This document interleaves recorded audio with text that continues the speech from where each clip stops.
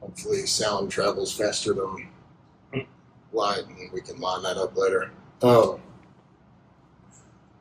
right, welcome back to another episode of Two Roots One God Pod. Today we have Nick Swinford, and I'm super excited. Nick is a high-level dude and an awesome guy, and he just has been involved in ministry in so many ways for so long, really. I think he's got a fantastic story. I met Nick at a men's spar group in Cross Grand Cowboy Church, and when I switched churches, and hopped on over here to Wilderness, he was here, and I immediately was like, okay, I know I'm in a good place, But I mean, Nick is involved with Young Life. He's involved with our children's ministry. He's, he and his wife are teaching a class right now that my wife and I are going to called Emotionally Healthy Spirituality, which seems like it's so far so good. We've had one deal already. And he had some really fun roles at cow camp last year. Mm-hmm. It was really funny. He had like an Australian accent. I'm like, I don't know how they didn't like wrangle Pat to go with that. Sometimes it sounded British. He's learning. But I think Nick and I, we've gotten to know each other a little bit, and I think we have some real similarities in our early life stories. And so I'm super excited to kind of get to know, Nick. Like, who's Nick Swinford? How did you get here? I guess most importantly, what we want to hit first is, when did God find you? Like, where were you, and what was life like before God? Yeah. So I grew up in White House, just down the road. I spent kindergarten and 12th grade in White House, Texas. My family's from East Texas. We have deep-seated roots here, and I grew up in the church. I grew up going to church every time the doors were open. Any chance they got to take me to church, my parents were taking me to church, and that's kind of how my mom grew up, but not my dad. My dad came from a home that was not centered around God, abusive, that kind of situation. And when my dad met my mom, my dad gave his life to the Lord when he was 16, and it kind of really took a hold of him. It was completely different for his world. And so he brought that over into mine and my sister's life, because they had a child before they were married. And then they had me 4 years later. I have an older sister, but grew up in the church. And so it was always around me. And I can remember when I was 6 years old, we went to Southern Oaks Baptist Church right down the road. And I played paintball with those guys. Yeah? Yeah. When? I don't know, like in 90-something. I was in middle school. Like, it was like me and Eric Land and Jonathan Moore, and I don't know if you know any of those. Yeah, we used to go paintballing all the time. I remember that. Oh, y'all probably on opposing teams or same teams. After the first time, I got caught a few times, so the next time I put my paintballs in the freezer before I left. Oh, that's awful. I remember those days. Yeah. Freezing paintballs. Like, oh, got him.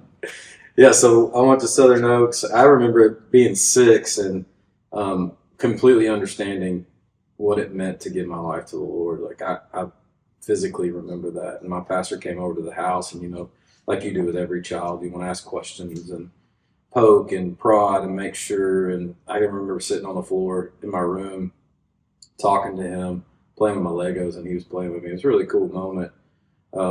And him just saying, like, you have a complete understanding of what this means. And so I got baptized shortly after that. My grandfather's been a pastor, or was a pastor. He passed away this past year, but he was a pastor my entire life. He was a pastor for almost 50 years.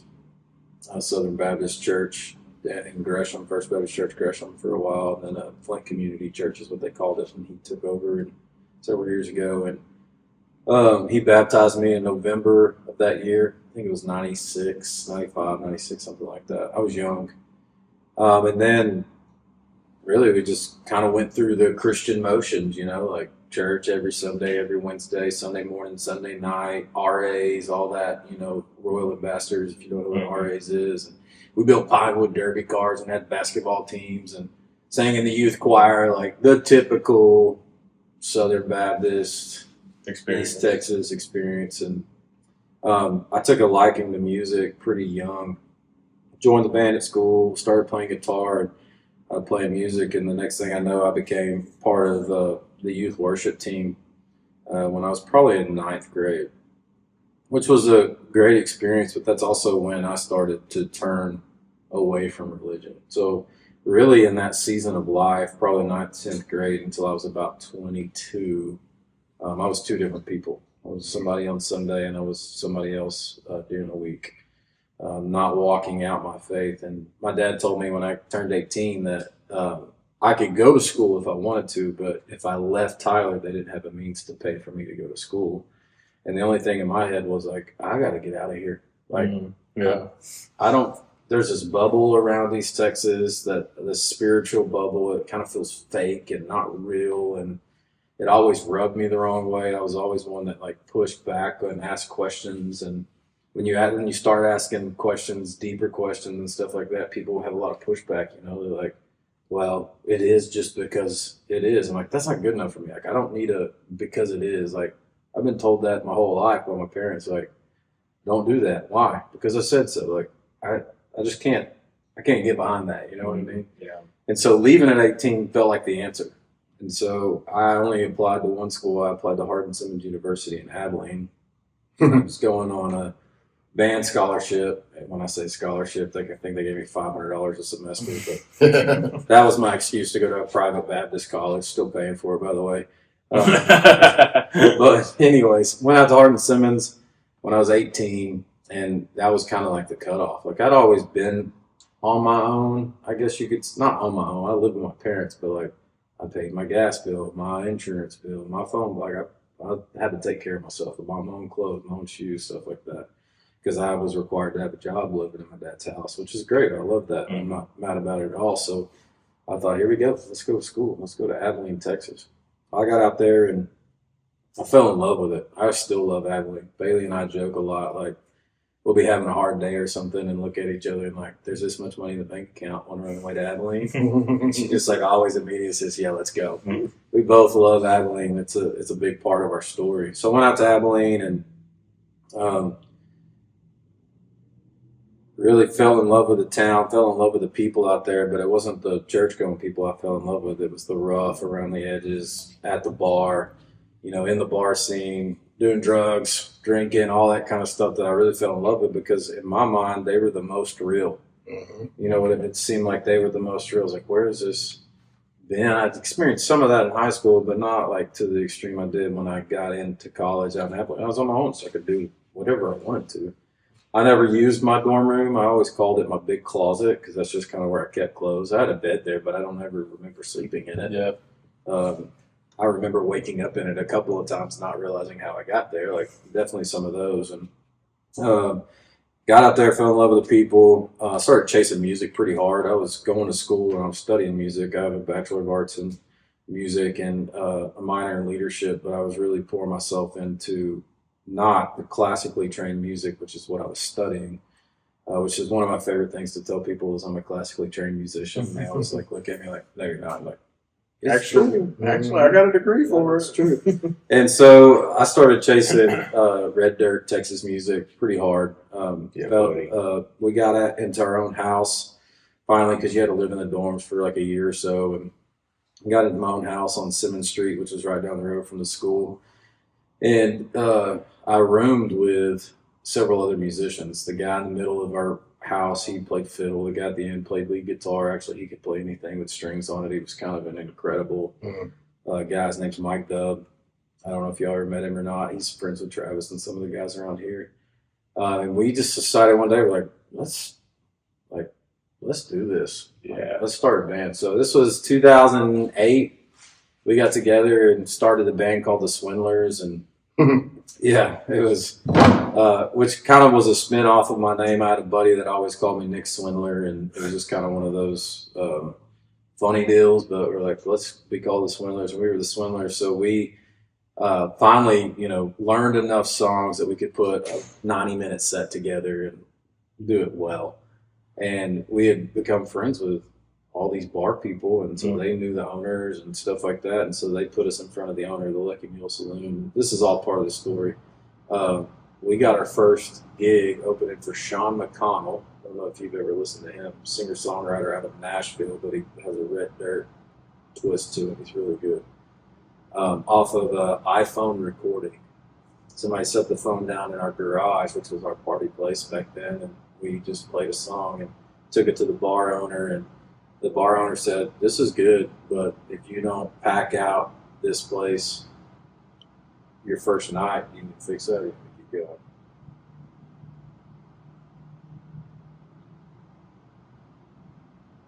I'm a little concerned. Chair. Yeah. It's so stressful. Like somehow that went out. What Did else? Also, something else stopped working.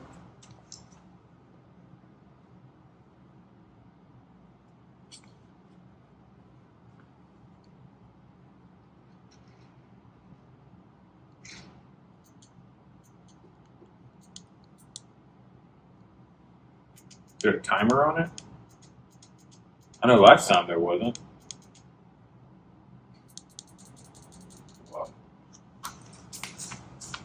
I'm going to turn this off. I think it kicked off and then kicked back on when we lost power on that plug. Something like AC. Guess so.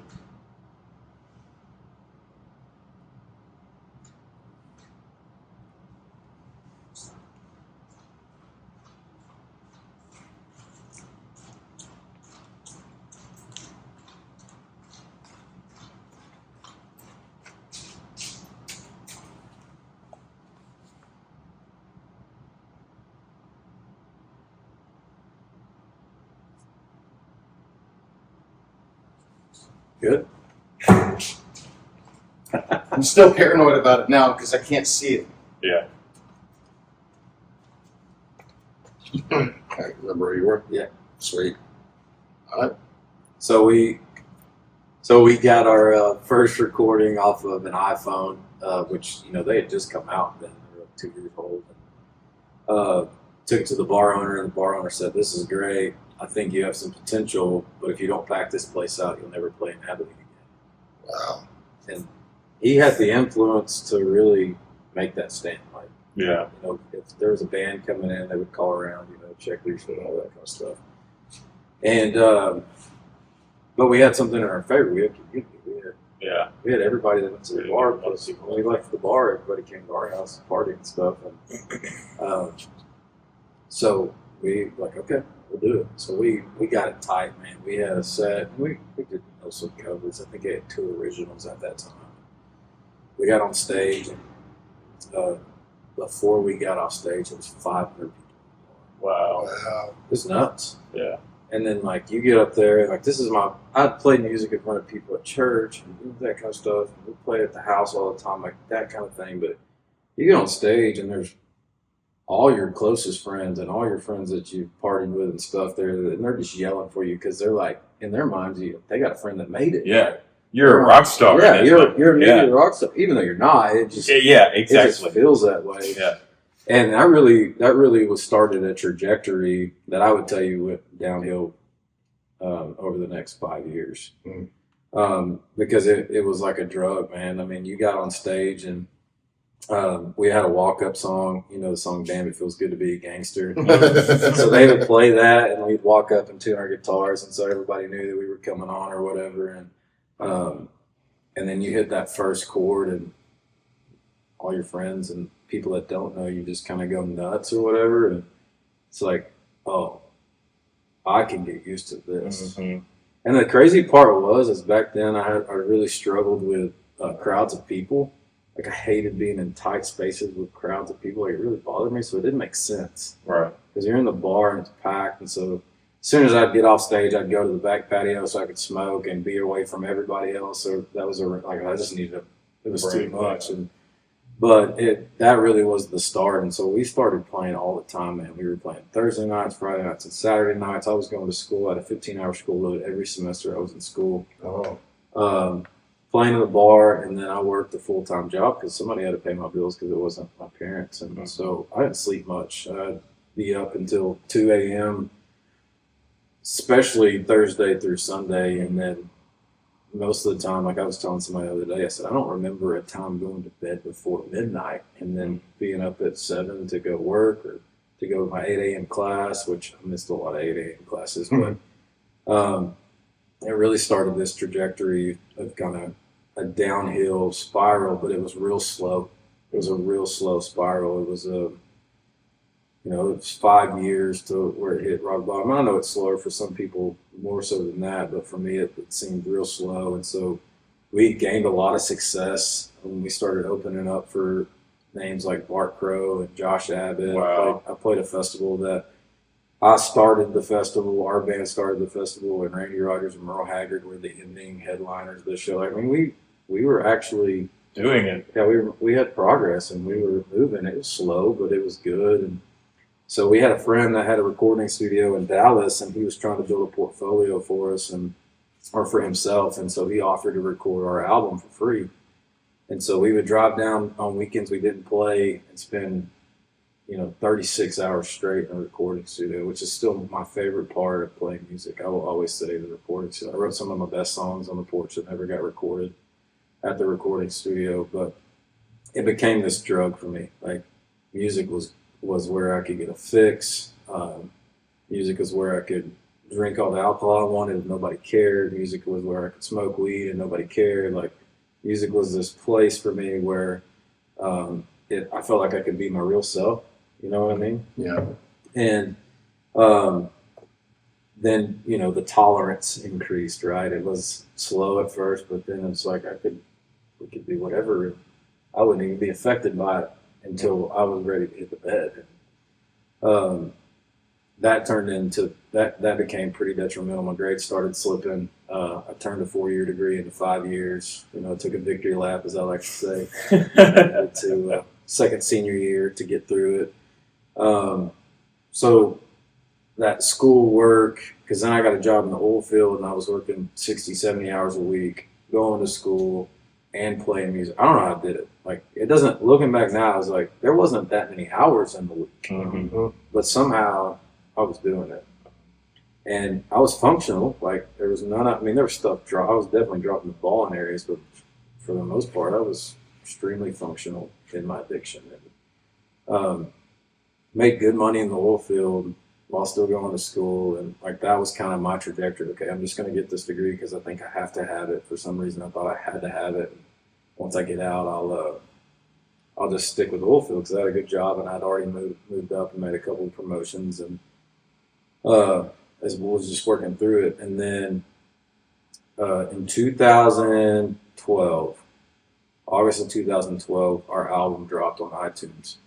So it took from 2008 to 2012 for us to record an album to get it, once we started gaining steam and stuff. August the 9th, 2012, I opened up for John Wolfe. I don't know if you ever heard of him or not. I opened up for him, and that was kind of our album release party. Our album came out, dropped the next morning on iTunes. We had physical copies we were selling.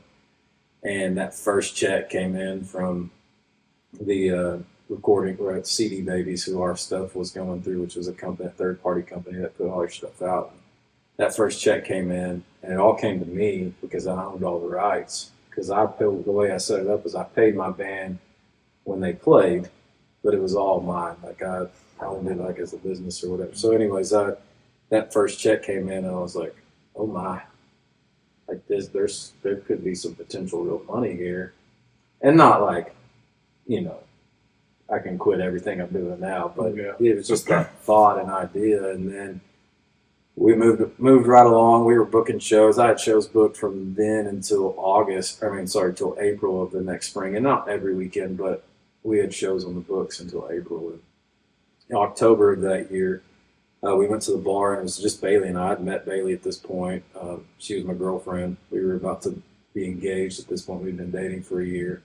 And Bailey was like my road crew. She would come set up all my merch and she would sell stuff. Bailey's a salesman, by the way. She'll sell you anything. She sold a 2X. She sold a 2X t-shirt to a girl who needed an extra small. She's like, if you just cut the sides up and tie it up, it'll look real cute. I'm not joking you. The next show, that girl was standing in front row with a shirt cut and tied on the sides. That 2X shirt she'd sold. Did it look real cute? No. She thought it did. That's all that matters, right? That's all that matters. Made the sale. Made the sale. Were you still going to church at this time? No, I had completely stepped away from all of that stuff. I had completely stepped away from any kind of community, and I definitely had some men in my life that were constantly reaching out subtly, just like, "Hey, we see you. When you gonna turn around?" And I would just kind of ignore it, like, "Oh yeah, one day just go sow my wild oats," that kind of bull crap. Y'all hear that buzzing? Yeah, dude. Heard it for a while. What is it? Is it the fridge? Yeah, I don't know. it started doing it at the lock-in. Give me a second. I'm just gonna go look at it. Most frustrating podcast start ever. Hey, it's all right, man. Lexi called me the other day. He goes, I went to get a pizza out of the freezer and everything's thawed out. In the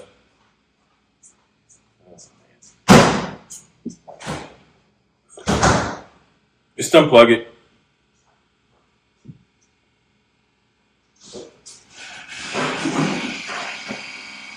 Oh wow. Yeah. He pulled it away from the wall. I think he just opened the freezer.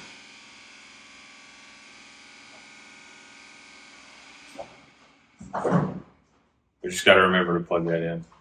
Hey Siri, set a reminder in an hour to plug the refrigerator back in. An hour might be optimistic. Yeah, well, at least it'll be there when I look at my phone. We won't forget. Yeah. Dude, when I pulled it away from the wall, it got worse. Yeah, we heard it in the mic. Okay. Yeah, you're good. Wow, that's Yeah, so my response to them would always kind of be like, yeah, okay. And in my head, I'm like, man, I got to figure it out. I thought I did. mm-hmm. I had this girl, Bailey. She was awesome, man. I mean, Bailey was going to church. Oh, okay. So that's the thing is like Bailey was still,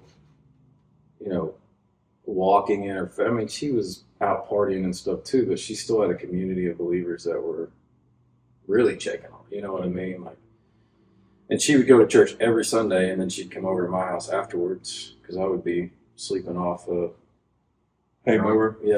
Sleeping off a hangover, and so she'd come over after church and stuff. And anyways, October of that year, 2012.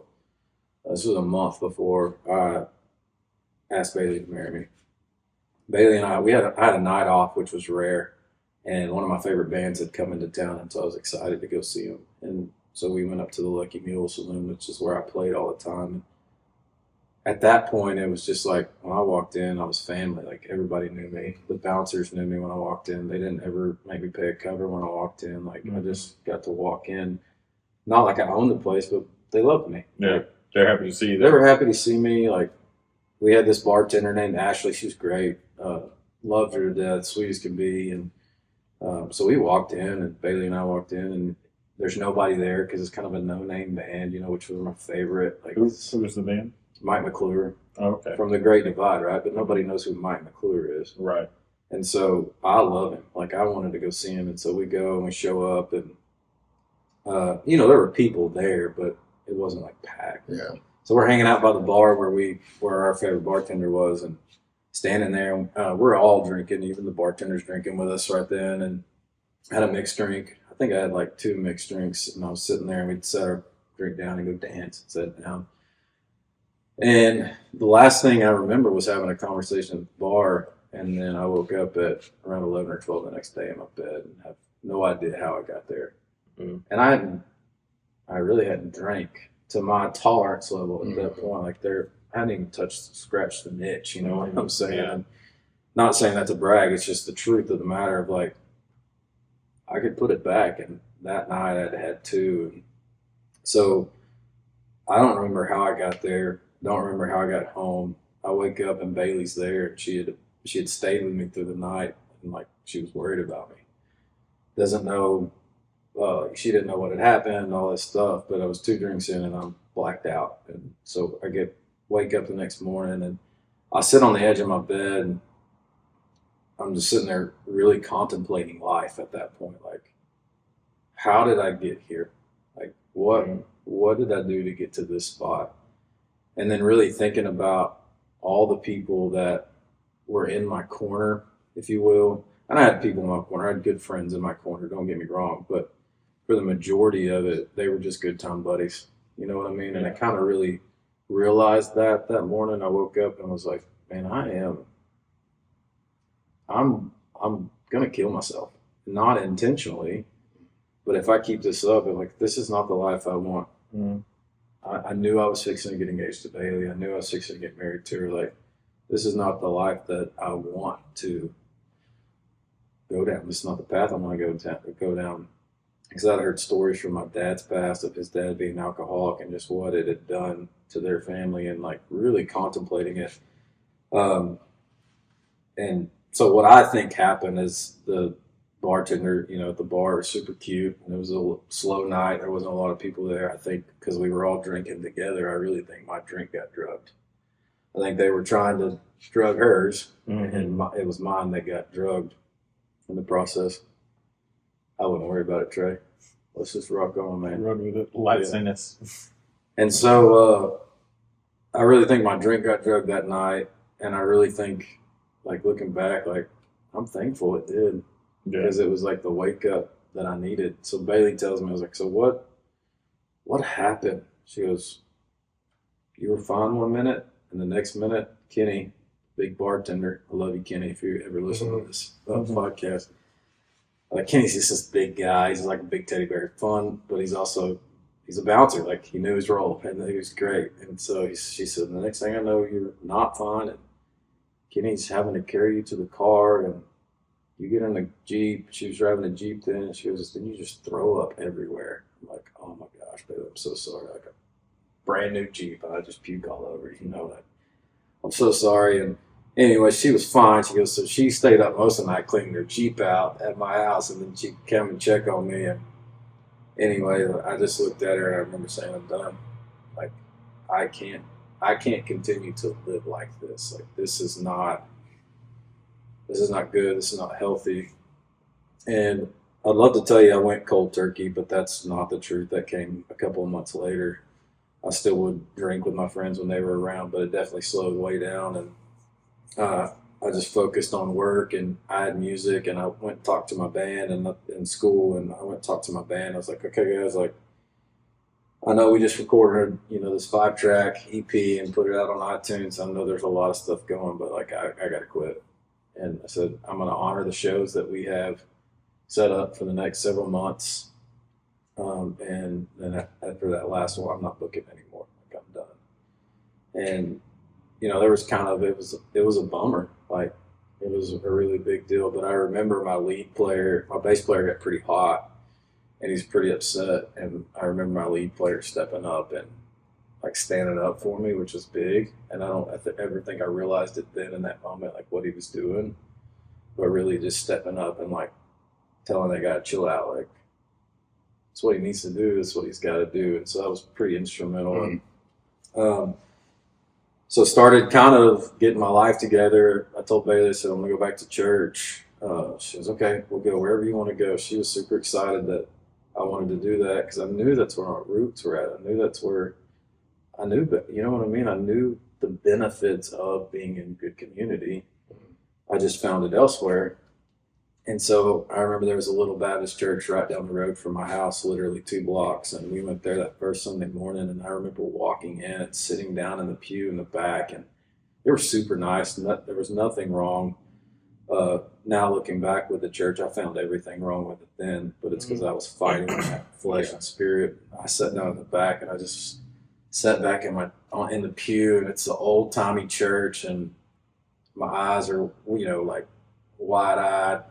It's just this crazy moment of, I kind of almost had an anxiety attack, if you will. It's just like, I looked over, she was, "Are you okay?" I said, I feel like I'm going to get struck down right here. Like, there's a lightning bolt with my name on it. It's somewhere. And that's really how I felt. Like, I felt like all these iniquities, all this sin, all this life I'd lived was coming to a head, and it was just fixing to explode. And I was like, we got to go. And so as soon as like the church was over, we didn't stick around to say hi to anybody or whatever. We just left. And so she's like, well, do you want to try another one? I was like, yeah, we'll go to another one. And we tried about 12 different churches, because it's in Abilene, Texas. You can throw a rock and hit a church where you're standing at. We tried about 12 different churches, and every one of them I found something wrong with it, like the music. Music was big for me then. So if the music sucked, it was like, nah, this ain't how you worship Jesus. Like I knew, But you've been doing it, right? Like I was some experienced worship leader, and I was like, no, this ain't how you do music. Where the pastor got up and he's that hellfire and brimstone. I'm like, no, that ain't it. Like, you know what I mean? Or somebody didn't talk to me. Like we walked by this guy and he just stared me down. I was like, we can go out and party like fight if you want to. Like, that was the lifestyle. Always just something. Yeah, I found everything wrong with it. And one day, and Bailey was like so graceful in this time. It's just so understanding, and she was not willing to stop until we found something. So she took me to her church, and I told her everything that was wrong with it. She'd been going to this church her whole college career. Wow. I go one time and like, this is wrong, this is wrong, this is wrong. I know the Bible. Yeah, I know what I'm doing. Frustrating though. I mean, like, I played the tuba, and I mean, I was in band from 6th grade into my freshman year in college. Yeah. And dude, when you hear people miss a note or you see a rhythm wrong, I've had to get over it here sometimes. Sometimes Is that when Nick's playing? Yeah. No, never. I just want to say for the record, like, I dug what you did on Sunday. Thanks, man. It was pretty lit. Yeah. So, but yeah, I mean, it's a distracting thing. It was for me, for sure. It was a distracting thing. And I think really distraction that's what it is. Yeah. I could go to Green Acres or Cross Brand and pick something that's wrong, and both of those places are on point. Pretty high level. You know, like they're doing a great thing. Yeah. But like if you hear something and then you're like, I'm focused on that, I'm missing the whole point. The whole point. That's right. But that's pretty. We've heard stuff about this before. This is not uncommon. This is like when you're feeling that conviction, it's like, well, how can I get an out on this thing? Mm-hmm. Yeah. Yeah, my flesh was fighting hard. Yeah. I think Coors Live sounded a whole lot better than that band. Yeah. I think that heart position affects our methods of worship, and we just have to focus in on what we're actually worshiping.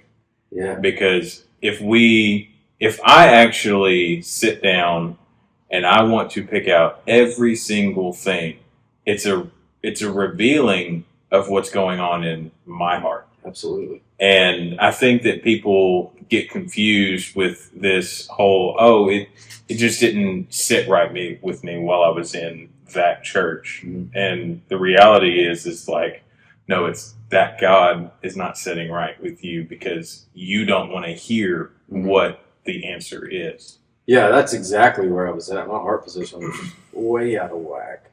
But I'd been out of it for so long, I didn't know what a right heart position was. Right. And so Bailey was relentless in our pursuit of finding a fit for me because she knew she was about to marry this man, and like she knew what she wanted her family to look like, and not she had her ideas of what she wanted in a man, and she stuck with me through all those years. And there were people who told her like, he ain't it.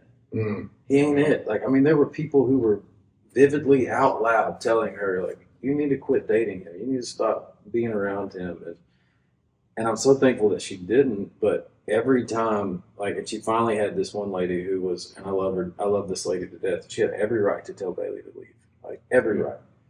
And she finally looked at Bailey and said, I've told you several times you need to leave, but you haven't. And so the question is one, what do you see in this man? And two, do you think he can lead your family spiritually? And Bailey's words were, she answered what she saw in me, and her words, the second question were, there's something in him that I believe he can lead our family spiritually. And that's why we're around. She could see it, and I couldn't. And nobody else could either because my actions was different. But so we finally land on this church. It's like Grace Community Church or something, downtown Abilene, Texas. It was in this little like alleyway, like no name church, and we walk in and you could tell another guy to stop. What is that? Blower from the leaf blower. Who's running a leaf blower at 7:30 at night? Distractions, man. It's just distraction. For sure. We're not in In a control. parking lot. Like, there hasn't even been a lawnmower or a weed eater running. This guy's just out blowing stuff. So it's all good. It ain't bothering me. So we found this church, Grace Community Church, and by this time my cousin had moved up to Abilene, and she was living in the house with me because the guys had all moved, and life had changed at this point. We finally found this church called Grace Community Church, and we get out of the car the first Sunday, and I mean immediately this guy walks up and, "How you doing?" And you're like, "Doing all right. It's so good to see you here." And he didn't look like a church guy. He looked like me, and that's so huge, right? Like, I love seeing people that look like me when I come to church, or not the quintessential churchgoer look, And so we walk in the building, and everybody, and it was this multi-ethnic, multicultural group of people, and those are hard to find. There's just not a lot of them out there. Yeah, it's kind of a homogenous deal, these churches, Yeah, for sure. And so we walk in, and the band kicks off, and I'm telling you, they were awesome.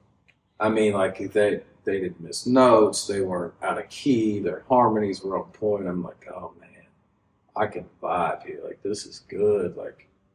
Why didn't we find this one? That whole thought. And this pastor gets up, and he doesn't look like me at all. And which at that point it mattered, because I'd met the guy that didn't look that looked like me. The initial introduction. Yeah, I'm already in the spot.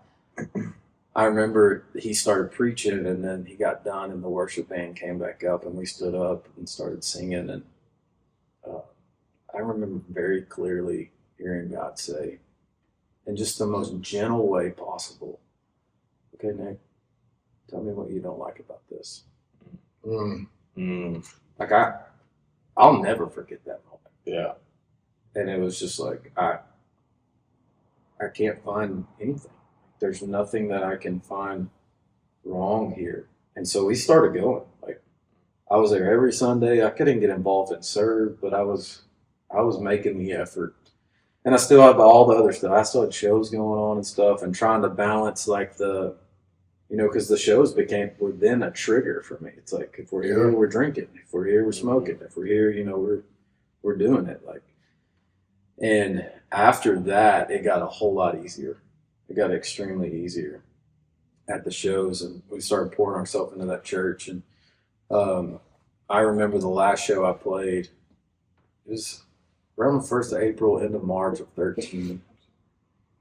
And I'll have to back up here in a second to tell you the next part of it. But I remember we played on the Brazos River just outside of Fort Worth, Texas. And it was the wildest thing. It was I was the opening show, and it was just an acoustic show for me. They had me, a small band, and then a full band. And so I played, and I got off stage, and I walked backstage, and the full band guys were backstage. It wasn't really a backstage, but it was. That's where all the band was, queuing up and stuff. And the bass player for the full band was sitting back there, and he just rolled a joint. He's like, "You want some of this?" And I remember looking at him going, "No, man, I'm good." Yeah. I'm good. And the environment was right. You know what I mean? The trigger was there. Everything was there. I was like, "No, man, I hadn't drank anything that night." And he offered me that. I was like, "No, man, I'm good. Thanks." And walked off because, that kind of ended the conversation. And then I'm out in the crowd eating crawfish and hanging out with folks or whatever. And the next thing I know, the guy who played right after me, his name was Kirk. The full band was on, and they were ending their set. And Kirk came up to me. He's like, "Hey, man, they want me and you to come back up." I was like, "What?" He's like, "Yeah, the full band's fixing to end, and they want me and you to come back up and do a set together." It's like, okay, I'm in. I'll do it, whatever. So we got up there, and Kirk House, if you're listening, Kirk, I love you too, man. But also, Kirk House is this phenomenal musician, killer guitar player. His vocals are insane, real soulful guy. He's really good. If you get a chance to listen to him sometime, you should. Kirk House band. But Me and Kirk went up there and played. I don't even know if you'd remember this or not, but we went back up there and we played like another hour to 2 hour set.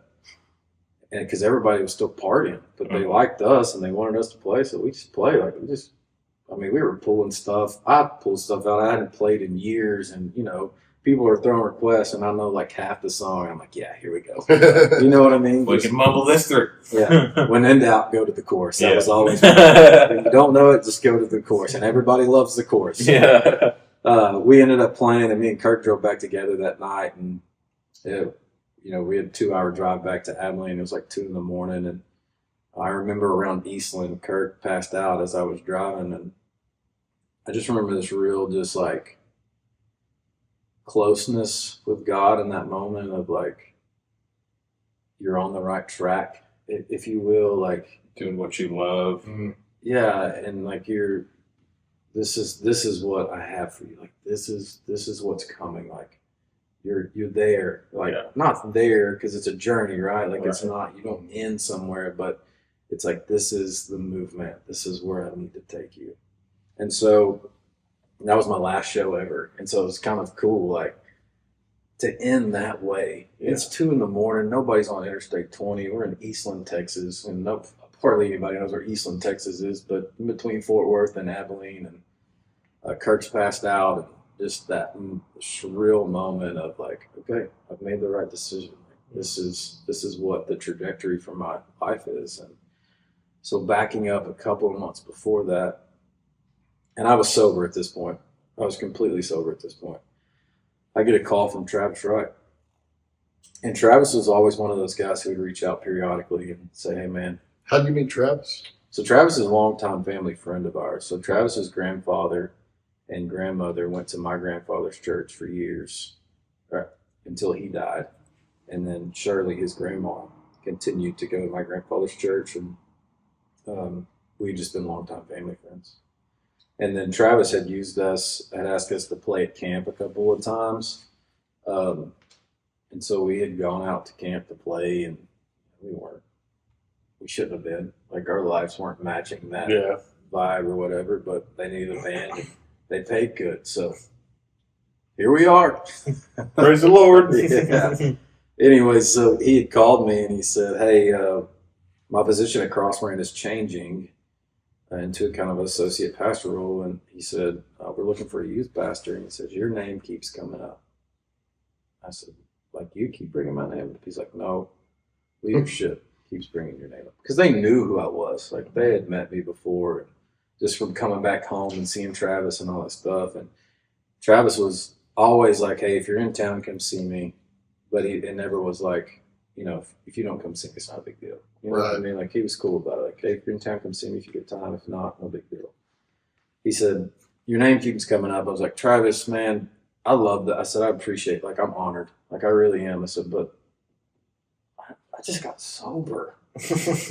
Like, I don't know that I'm the right guy. Travis for me is like, okay, like I understand, but the next time you're in town, let's have a conversation. Like, don't leave town without coming to see me. I was like, well, I'm going to be in town this weekend. And he said, okay, let's set it up. He goes, when you go back? I said, I'll leave Monday morning. He goes, okay, Monday, or I can leave anytime Monday is what I said. He goes, let's have lunch Monday before you head out. Well, I was actually coming in town for a job interview because I felt like the Lord was shifting my heart. I didn't know it was the Lord, but I felt I felt like the Lord was shifting my heart to move back to Tyler.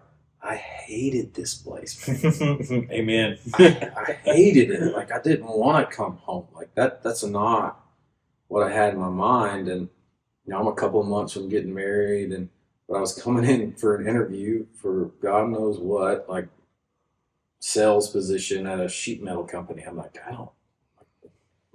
that ain't me. But I need some kind of work. And I was still working oil field in Abilene, but I had taken some days off to come see family and then do that job interview. I went to the job interview and it sucked. Like I knew from the moment I walked in, like it's not because anything I said or did. I could just tell from as we talked, I was like, I think they're just interviewing me for formality. Like I think I was just a number. You know what I mean? Like anyway, so I knew when I left, I was like, yeah, that ain't it. Like and they're not going to call me. And they never did, and I'm glad they didn't. So I met with Travis right after the interview. Bailey had come down with me. And so this is the first time Bailey met Travis and Brittany. We met at La Hacienda in White House. It was my favorite Mexican food restaurant growing up because the waitress always knew what I wanted when I walked in the door. Dude, I've got a La Hacienda story. Do you? Yeah, my last marriage, I had a really bad day. It was just everything was bad. Things were bad with her. Things were bad with us. Things were just bad. And I had a lot of money at the time, or I thought I did. Right. And I was hungry. I was mad. I went to La Hacienda. This waitress had like purple hair. And she's like, have a seat over there. You want a Coke? I was like, yeah. Sat down. She brought me a Coke. She brought me chips and hot sauce. She goes, hey, you want some hot sauce that's like really hot? And I was like, yeah. She goes, you want cheese enchiladas? I'm like, do I know you? I mean, They've been the same waitress. brought it all out, set it down, you know. It was hot. It was good. The chips were good. Everything was good. She's like, I really love your tattoos. She's like, there's a tattoo shop over here. They're pretty cool guys. I'm like, yeah. I'm like, man, you're awesome, you know. She's like, thanks. Oh, let me get you a refill, you know. And I didn't have to ask. I didn't have to ask for anything. I didn't even order. She didn't even give me a menu. She just had my order. Mm-hmm.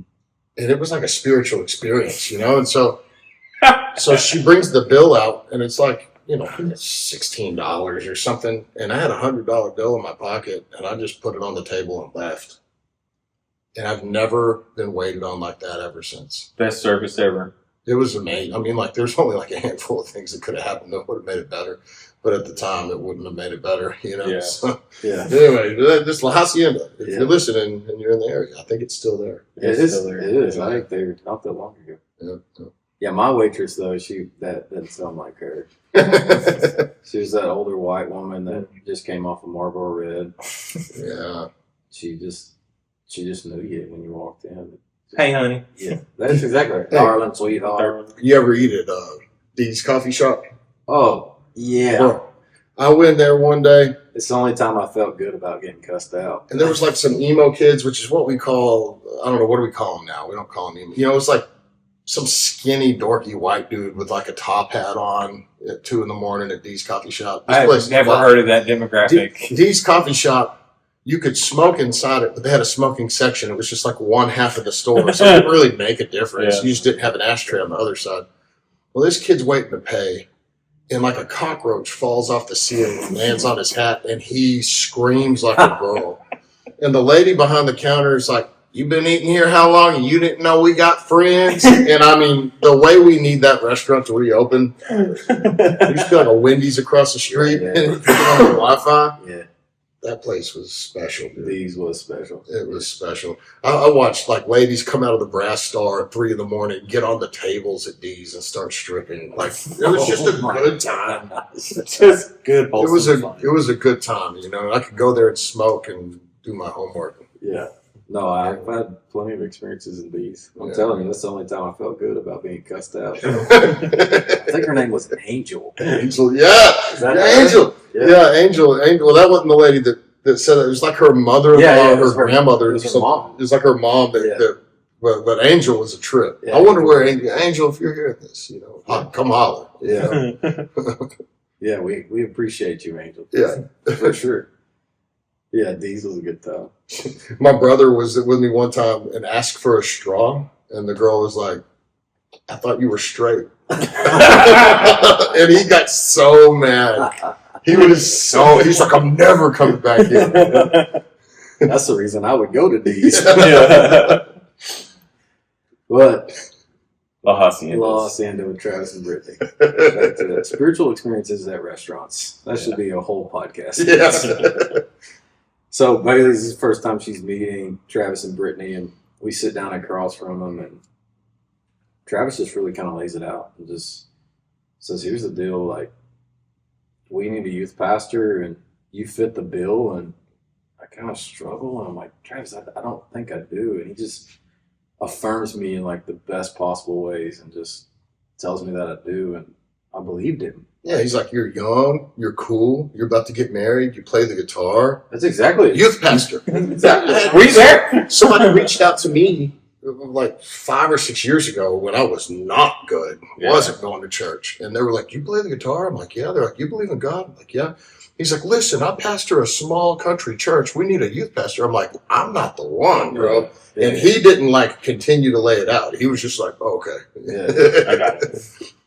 But Travis he just laid it out for me, and Brittany was super affirming in that too, and it was just a good lunch. And Bailey and I had a 4.5 hour drive home to talk about it. And I mean, we were fixing to get married. And Travis said, if it's a no, it's a no. I get it. I ain't trying to push you into nothing. But all I'm asking you to do is pray about it for 2 weeks. 2 weeks. At this point, I ain't prayed about nothing for any amount of time. You know, I use God like as a 911 guy. Yeah. Help! I'm in this moment. Foxhole prayers. Yeah. Yeah. I'll serve you forever if you bailed me out of this jam. Yeah, for sure. And I remember that really kind of changing my prayer life, because it was like, I believe Travis is right. Like, I trust this man. Travis is right. And that's right. No pun intended. I trust this man, and I hear what he's saying. And so we spent the next 2 weeks praying, and Bailey just kind of nonchalantly put her resumes out in the TISD area and the surrounding areas in those 2 weeks of prayer. And within those 2 weeks of prayer, she had 3 job offers. It's like, oh my. Oh. Like, He's real. Like, it was just like this immediate, like, okay, like, I see you. I hear you. We're moving. Like, I called Travis. I said, it's a yes. I'll put my resume in, and I'll go through the channels, whatever it looks like. And so it took them a month, really, to get everybody together, look through my resume, call me in for an interview, all that stuff. And came in for an interview and left, and they immediately called and said, yeah, we want to hire you. Could you start June 1st? And I was like, yeah, I can start June 1st, no problem. It's a part-time position. We'll help you find another source of income to, subsidize it until we can bring you on full time. I was like, okay, that sounds great. Like, I'm in, I'll try whatever. And so we prayed about it for 2 weeks. She had 3 job offers. White House was in one of the job offers. One was in Tyler, and I don't remember where the other one was, but it was like immediate for Bailey to get a job. And Mom worked at a oil distribution company in town, and they were looking for a delivery driver.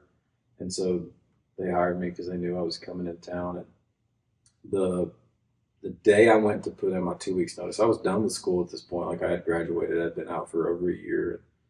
I went to put in my 2 weeks notice at the oil field place I was working for. It's called Union Drilling. I walked in, talked to my boss, and I told him, I was okay, I'm putting my 2 weeks notice in. Thank you so much. It's not any hard feelings or whatever, but here's my letter. And did it all right, or the way my dad taught me to do it. I don't know if it's right or wrong. Yeah. I went in and had a conversation with him and handed him a letter. And I walked in, and he was super nice, super understanding. And he said, we really hate to see you go. And so I get it, but I'm moving to Tyler. And anyway, it's a great conversation. I walk out the door, and the safety supervisor over the trucking department, which is the area I was in trucking, over the trucking department, he came up to me and he said, I walk out of my boss's office into the shop, and he's there waiting on me. He said, hey man, we have a safety position coming up over the trucking department, and me and the guys have talked, and we want to offer it to you. And I was like, what? Like, I was real confused. I was like, offered to, and I get it. Like, I get why they wanted to, because at that point I was doing all the DOT specs on the trucks. I was the guy inspecting all the trailers. Like, I knew I had the information. I knew how they were supposed to run, operate, all that kind of stuff. And I had everything organized, and I'd kept them on track for several years in that department. And so they said, we want to offer that position to you. And he told me the starting salary, and I was like, oh, gosh. That's nice. Yeah. I'm 22 years old at this point, about to be 23, and he's going to offer me $80,000 a year to be a trucking safety guy, company truck, and a company credit card. That's wild, right? But it was like, in that moment, I just looked at him and I told him, I said, Billy, I have to tell you no. And I don't know why I did. But it was just instant. Like, it's like, Billy, I have to tell you no. And he's like, well, he asked why. I said, well, I'm fixing to move to Tyler because I'm taking a position at a church. And he kind of was, flabbergasted because he'd seen me. He'd seen me drunk. He'd seen me get sober. He knew it. And so I'm fixing to take a job at a church. And he goes, wow. And he was impressed. Like, he was genuinely excited for me. But his next words were, well, what's it going to take to keep you here? Oh. I'm going, oh my gosh. Like, nobody's ever done, at this point, it's like, my first job I ever got, I made $5 an hour, and it didn't matter if I was pushing a lawnmower or cleaning a toilet. That's, which that was it. And now here I am, and he's saying, what's it going to take to keep you here? And he meant money. I mean, that's exactly what he meant. Like, what's it going to take to keep you? And I just looked at him as confident as can be. And I don't know where it came from. It's the Lord, right? Like, I just looked at him and said, Billy, I can't. So I'm so sorry. I told him, he said, everything in me wants to tell you yes. Where do I need to sign up? I said, but I can't. So I have to go to Tyler. And he said, okay. And everybody in the yard called me college boy. And so he just, because none of them, went to school or whatever, but I was in school and working. And so that they all called me college boy. He's like, all right, college boy, I get it. So he goes, I understand. He said, you do what you need to do. Best wishes to you, all that stuff. And, but it was just this wild feeling. Well, long story short, that company ended up selling out, and then the company that bought them out went under like 3 years later. Mm. So I wouldn't have had a job in 3. I mean, I probably could have found one, but right, yeah, I wouldn't have been with a job 3 years later. I'd been living in Midland, Texas, which that's the armpit of Texas. I don't want to be out in Midland. Yeah. So, anyways, Bailey and I, we moved to Tyler. I started June 1st. That's what started my ministry, was youth pastor at Cross Brand, and really, fast forward. I mean, that was 13 years ago. Yeah, I actually remember you 13 years ago, like when you were leading worship and stuff like that. I guess it was, where was it? Latham Springs. That's where it was. Yeah. Yep. I remember Latham Springs. Yep. Well, I remember sitting in Crossbrand and seeing a video of you and Bailey talking about, we're going to go run a camp. Yeah. That was 6 years later. Mm-hmm. Yeah. And I was like, I know that guy. I saw him in Spar. Yeah. Yeah. Yeah. And y'all seemed so subdued. I don't know if that's the right word, but like y'all were just like Happy, content. quiet. It was struggle because like the music was loud and then that stopped and they played the video and y'all were like, and I could tell that y'all were like, we're gonna do it, like it was interesting. I'm always drawn to people that are clearly like following a calling, like God's put them on a path. But I appreciate the awkwardness and the unknown and the fear and the uneasiness that it takes to really do that. You get used to it. You just, you do get used to it. But like from the outside, like I was just kind of hanging on, like I wasn't super strong in faith at the time. And I was just like, these people are just moving to Oklahoma? Yeah. It's like, what? They're crazy. They have a whole family with kids where they're going to live on this camp or something like 900 square foot single wide, baby. I just couldn't wrap my head around it. But now I've seen a whole lot more of that kind of stuff. Yeah. So obviously you got involved with the camp, or you got involved with youth and everything like that. What was the, I guess, lane change from being involved with youth to going to, like, you're still in youth, but you're actually running a camp as a camp director? I mean, what caused that? I mean, how'd that happen? Yeah, so for sure. So we moved down to Tyler. We moved back to Tyler. We got this house out by the airport, and just run down old rent house, and I love it. Like, it was great. And we start doing ministry, and I'm not kidding you when I tell you this. Like, it was just like immediately all these doors opened up. Mhm. All these leadership doors, and like people are asking me to come speak and do this stuff. I'm like, guys, like I do not know what I'm doing. I've been sober for 8 months. Like, it ain't me. Like, I need to chill out. yeah. I'm still trying to figure out what it means to be a youth pastor. You want me to take care of your 16-year-old kid? Like, you know what I mean? Is that? But like, it was this immediately. The first summer, I took kids to camp, and see, that was 2013. Took kids to camp. 2014, they asked me to be a part of the camp team, and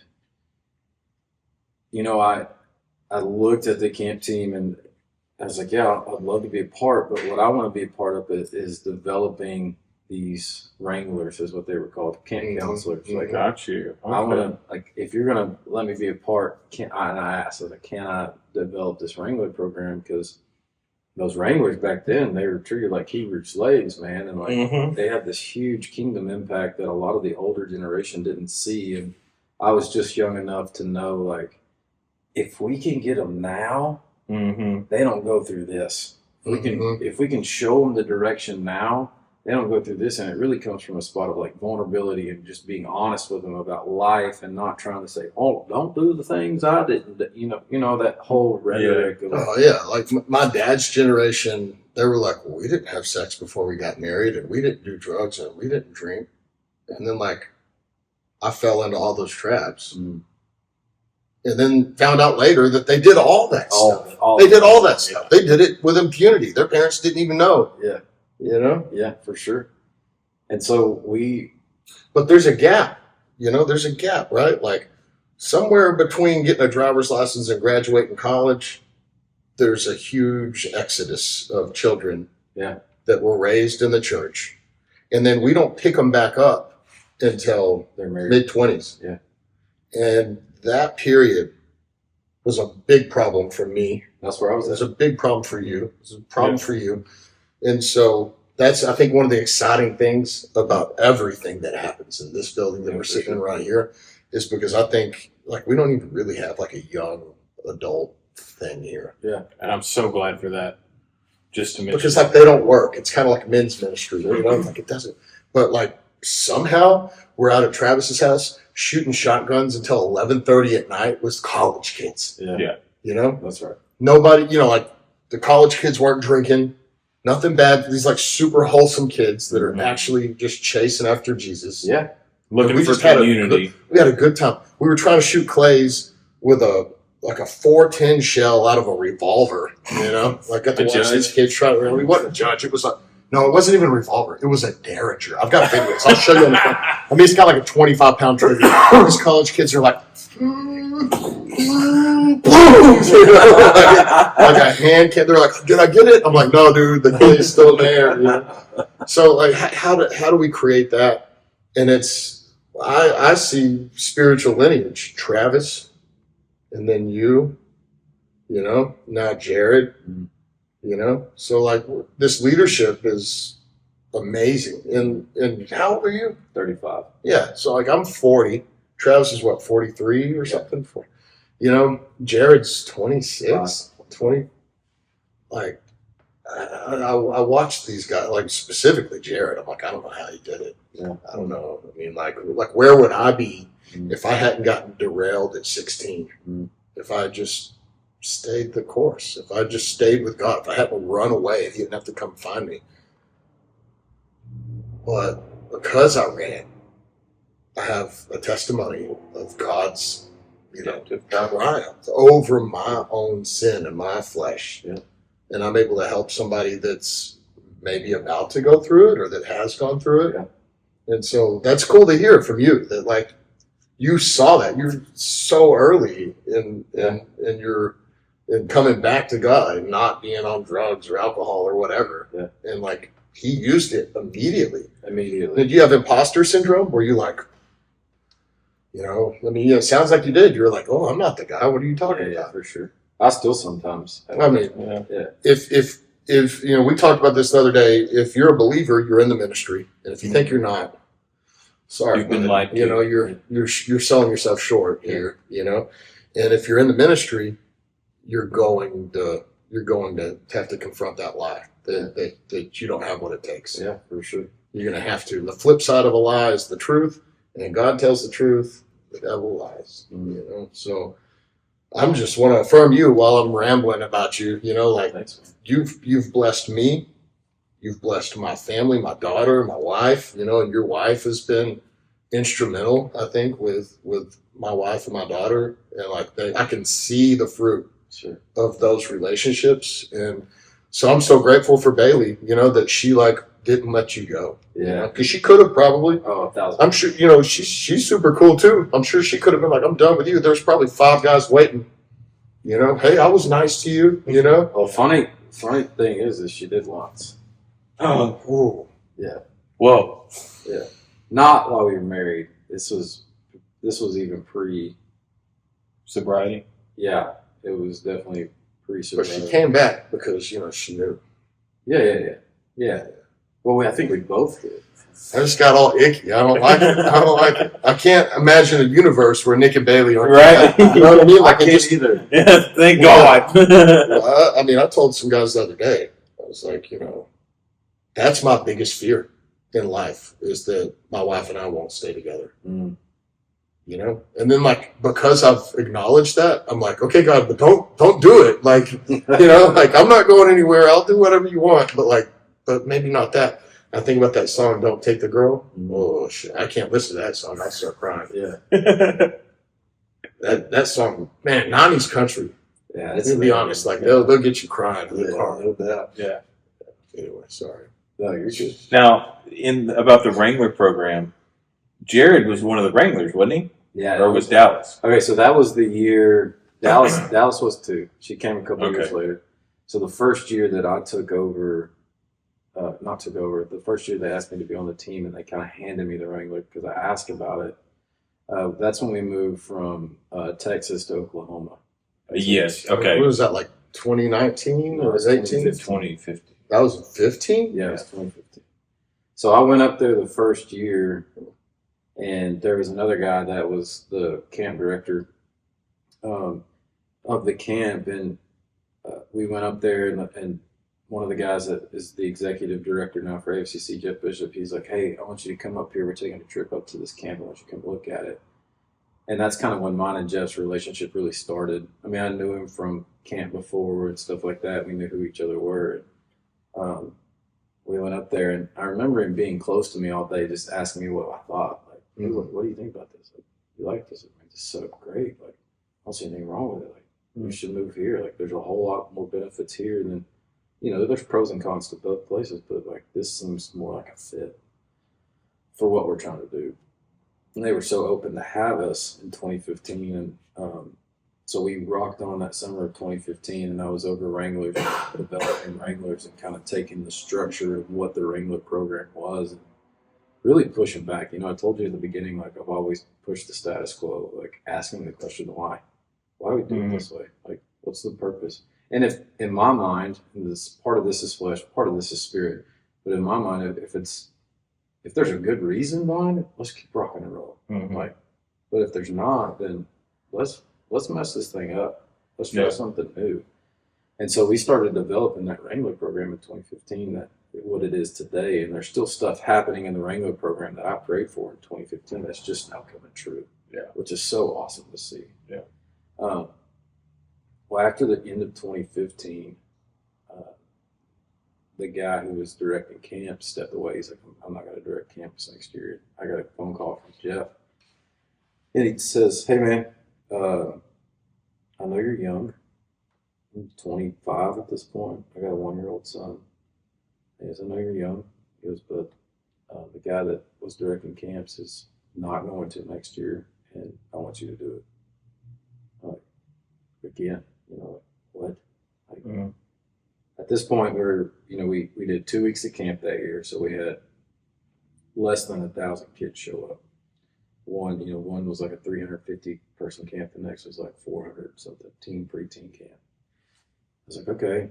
And my mind, this is where I'm a creative a lot of the time, and this is where my mind just explodes. And I'm like, writing stuff down and I'm planning all this stuff out. Like, what if we did this and what if we did that? Because now I've got the reins. Like, I got the reins. But then there was this part of me, and I'm telling you, none of this stuff was from me. It was all from the Lord. Like, I don't know how I got to this point. Like, I did minor in leadership, so I understood leadership structure and I understood what it takes to lead a good team and to be a leader and all that stuff. But I never put it in practice.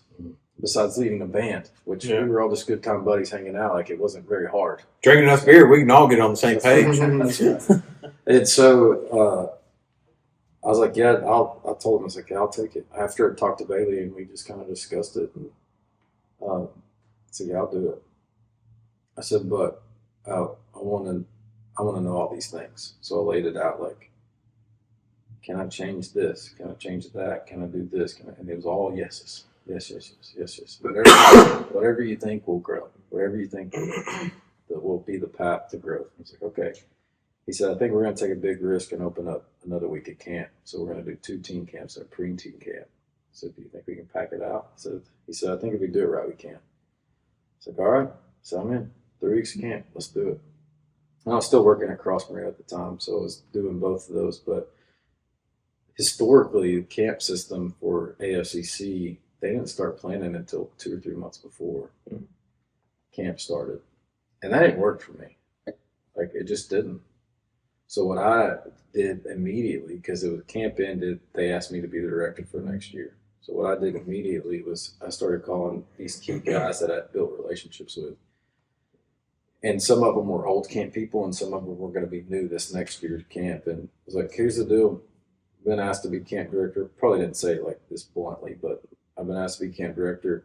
We're taking a month off. This was in July. We're taking all the month of August off. September 1 comes. You'll be getting a text or a phone call from me. We're starting to meet.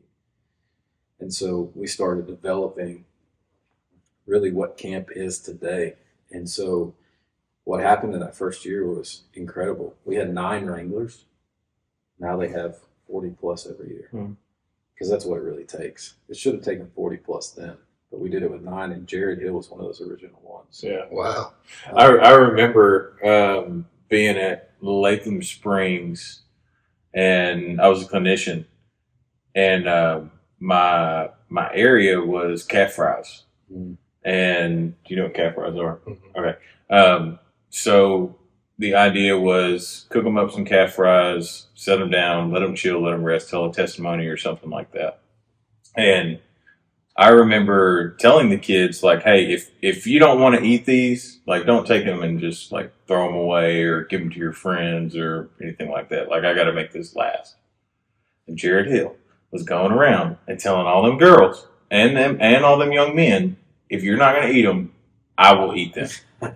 And I remember telling Jared, I need you to chill out, bro. Like, get out of here with the gluttony. Like, you're eating way too much of this thing. And he was like, they're just so good. I can eat my weight in them. Okay. He was a trip back then, man. Yeah. And now he's camp director. Good job. Yeah. Practically. So we started that next year, and so we did the 3 camps, and the 3 camps were like, this time they were 400, 300, 400 or something like that. You know, they're still low. So camp has a cap. Like, if we don't bring 350 people, we still have to pay for 350 people. Like, it doesn't, like, there's that cap there. But we met the cap. Like, we were above the cap, and I was like, man, this is good. Well, we changed how we do games and how we rotate people, and we changed the groups, and just kind of, I took all of my church childhood camp experience and molded into cowboy culture and tried to make them fit. And they did. Like, it really worked. And it turned out to be this great, great thing. But we changed to heavy spiritual emphasis. Not that it wasn't that way before, but the kid that comes through cow camp now will experience the gospel at least 10 times a day, somehow, some way. And that's always been the goal. Like, how can we make the gospel presented more through these games? And all the games have intentionality, and they're fun, and they're wild. And Brett Schaefer's words were always, we're going to get them right to the line of death and then pull them back just a little bit. Like, just make them as wild as we can. And there's some silly ones and some stupid ones, and then there's some ones that are like, oh man, I can't believe I just did that. But it all shifted that year, and when it shifted, I'm telling you, I had a great team. I'm not saying anything collectively we did this. It shifted, and then Oklahoma camp became the talk of the town. Mm-hmm. And it was like, I don't know what we just did, but it was awesome. Mm-hmm. Let's do it again. Yeah. Let's do it again. So then 2017 rolls around. And 2017 was a big year for me spiritually, but it was also a big year for camp. We sold out all 3 camps. So we went from just barely making it over the cap or a little bit over the cap to now we're responsible for 1,700 campers. Mm-hmm. And what was that? Oklahoma, Alabama? And Texas. There's a West Texas. Yeah. Mm-hmm. So now we're responsible for 1,700 campers over the course of 3 weeks. I had 66 people on staff in the course of those 3 weeks. And it just became this machine that we just grew on every year and tweaked and changed. And they're still doing it. It's still awesome. And I look up and I've been directing camps for 6 years.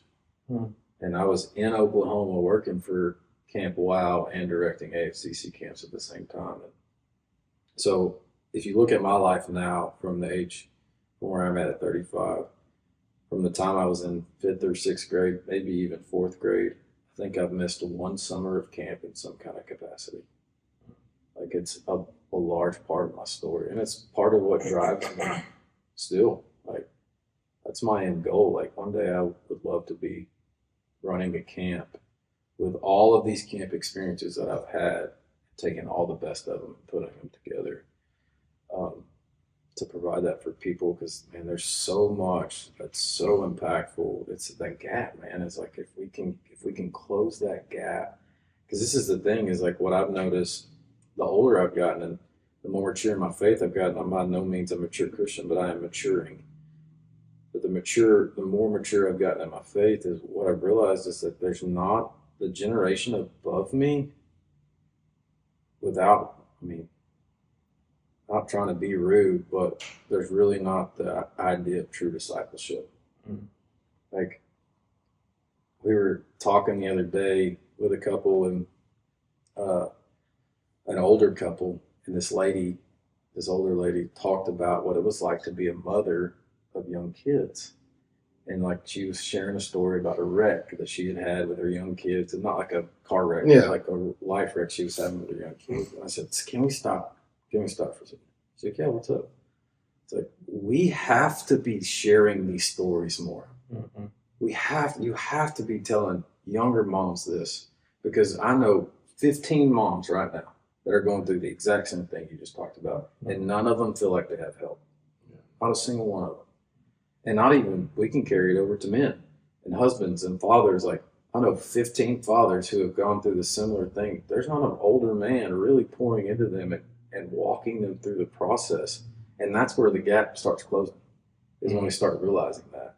And so my whole life, and Bailey can attest to this, and Bailey's whole life and our family's whole life is really, I've never put it in these terms, but it's really trying to close that gap. It's like, how can we provide this information? We have 4 kids. It's wild in my house. Like it's loud, it's nuts. Like there are days I want to pull my hair out, and then there's days like last night we got home from Emotionally Healthy Spirituality, and all 4 of my kids are in my bed, and we're wrestling and tickling and playing, and we're just laughing, and it's way past their bedtimes. Like they're like smoked. They should be asleep already, and we were just lost in this moment for about 30 minutes, and it was like, those are the best. Mm-hmm. That's the best times. That's the best moment. Like I won't forget that. Like that won't be lost on me. But then there are days like this past weekend with our little girl that I'm like, oh my gosh, can you just figure this crap out? Like I just need you. Like it just happens, right? But we want to close that gap, and you know, the closer you get to Bailey and I, whoever it is that's listening, or y'all, like, you'll know that my back door is always unlocked. And if I'm not there, go inside. Everybody I know that I've ever had a conversation with has refrigerator rights to my house, which means I ain't got to tell you to get food out of the fridge. You ain't got to ask, just go in and get it. Or come use a swimming pool, because we got a swimming pool. Like, I don't care. Like, I told Bailey the other night one of my most favorite things in the world is coming home to unexpected guests. I had no idea they were there, and I walked through the back gate. And there's so and so, or there's whoever. Like we want to create that sense of community because it feels like camp. Mm-hmm. It feels like camp, and so my thoughts and my big ideas of starting a camp for a while that I was lost on the end result and not the starting result or the starting line. And so just this idea, the Lord kind of brought me back to it in January of starting small and what I'm doing and creating more camp-like experiences at home. So what does it like? What does that look like? It looks like tickle fights on the bed with your kiddos at 9 o'clock at night when that 3-year-old should have been in bed an hour ago. You know what I mean? Like it looks like, hey, we're driving down the road. We're going to play Name That Tune, and everybody's involved, and the music's turned up loud, and you can't hear anything like that. But we're not good at it by any means, but just trying to produce those camp experiences, not just for our kiddos, but for anybody that we come in contact with. And, kind of got off on a tangent there for a little bit. No, yeah, I mean, but that's it, right? So what we find out with the men here is that shared experience is how you build a relationship. Yeah, for sure. And talking about closing the gap, clearly what's going on with the Wrangler program is it's pulling the kids that go, hey, I don't have anything in common with high school kids. I'm not really a real adult yet, but I'm also like, I'm probably not going to go like sit down with the youth at church.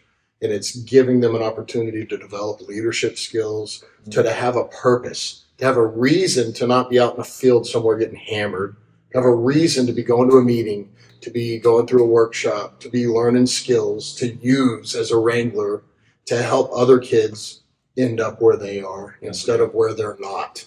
Yeah, because I think it's so important to see like the Wranglers like giving the devotionals and stuff, right? Like the 7-minute sermons or whatever it is. Like you're not going to sit there and listen to the sermon and get the most amazing, huge, in-depth study into a 3-hour book or something. They aren't Rick Warren or whatever, you know. But they're getting to stretch their legs and be used in a ministry that will continue to carry them over into the next one. And it started with you getting asked to be the youth guy, and like you were like, whoa, I'm not prepared for that. I'm not the guy, you know. But it's like, you know, look at this. Look at the result of it. Look at where we're at, and it's not the destination or even the beginning. Yeah. It's the journey. You know, it's like it's always the journey because the war's already won. We know the end.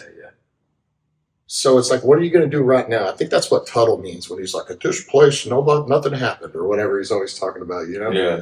Well, like what he's really saying is like, how are you spending your time? Yeah. You know?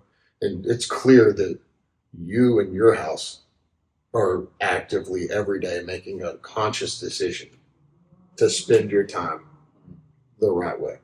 And I'm sure that it's not always, you know, but I mean, it's not for me either. And maybe one of y'all knows the verse. I read something. I was like flipping through the Bible. You know, it's probably dangerous.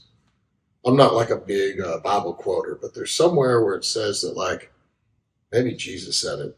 And it's like, you know, people that do wicked things like will go to hell. They're not going to go to heaven or something, you know. And then like, I was reading it the other day, and I think what I'm supposed to get from it is that like, well, I'm not what I do, you know, like what I do isn't who I am because Jesus saved me. So like when God looks at me, he doesn't see the sin I've done. He sees Jesus. And so, but like 7, 10, 15, 30 years ago, I would look at that verse and I would go, well, guess I'm not going to heaven, you know? Yeah, sure. And so it's a confusing thing, you know, like that idea of, it's a mirror.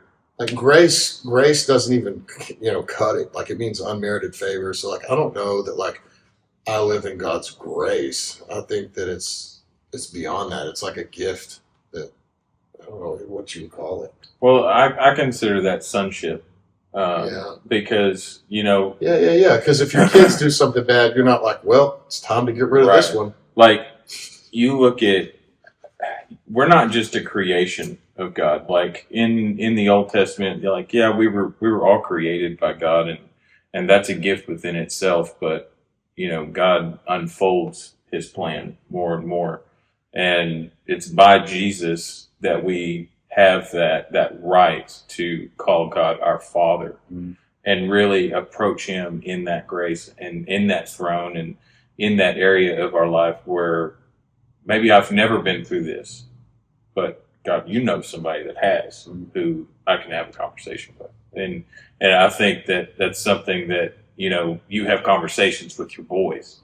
And, somebody may say something around you and your boys will hear it and they're like, oh, I shouldn't have said that around your boys. But then you're like, well, I get to have a conversation with them. Yeah, that's right. That's my favorite line, man. Yeah, that's one of my favorite things that you told me about, like, fatherhood is it's not shrieking back and like, oh, protecting the boys' ears. They can't hear this. But the reality is your boys are really men because they've had conversations with their father about things in life. Yeah. And that's something that we don't have very much of in this day and age. So I want to affirm you in that. Thank you. And let you know, like, those boys are men. Oh, and, I'm excited to see every one of them grow up and, be their father's son. Yeah. Oh, man. Yeah, thank you. That's big. Thank you, too. I mean, it is huge. And you're right. Like, I want to going back, I want to close the gap for my boys for sure. I'm raising 3 of them, and I don't ever call them boys. I call them men when I talk to them. Gentlemen? Gentlemen, that's right. That's exactly right. Pat's got me nailed. That's right. Gentlemen, let's go, or whatever it is. And that's one of my favorite things is I love hanging out with the roughest people.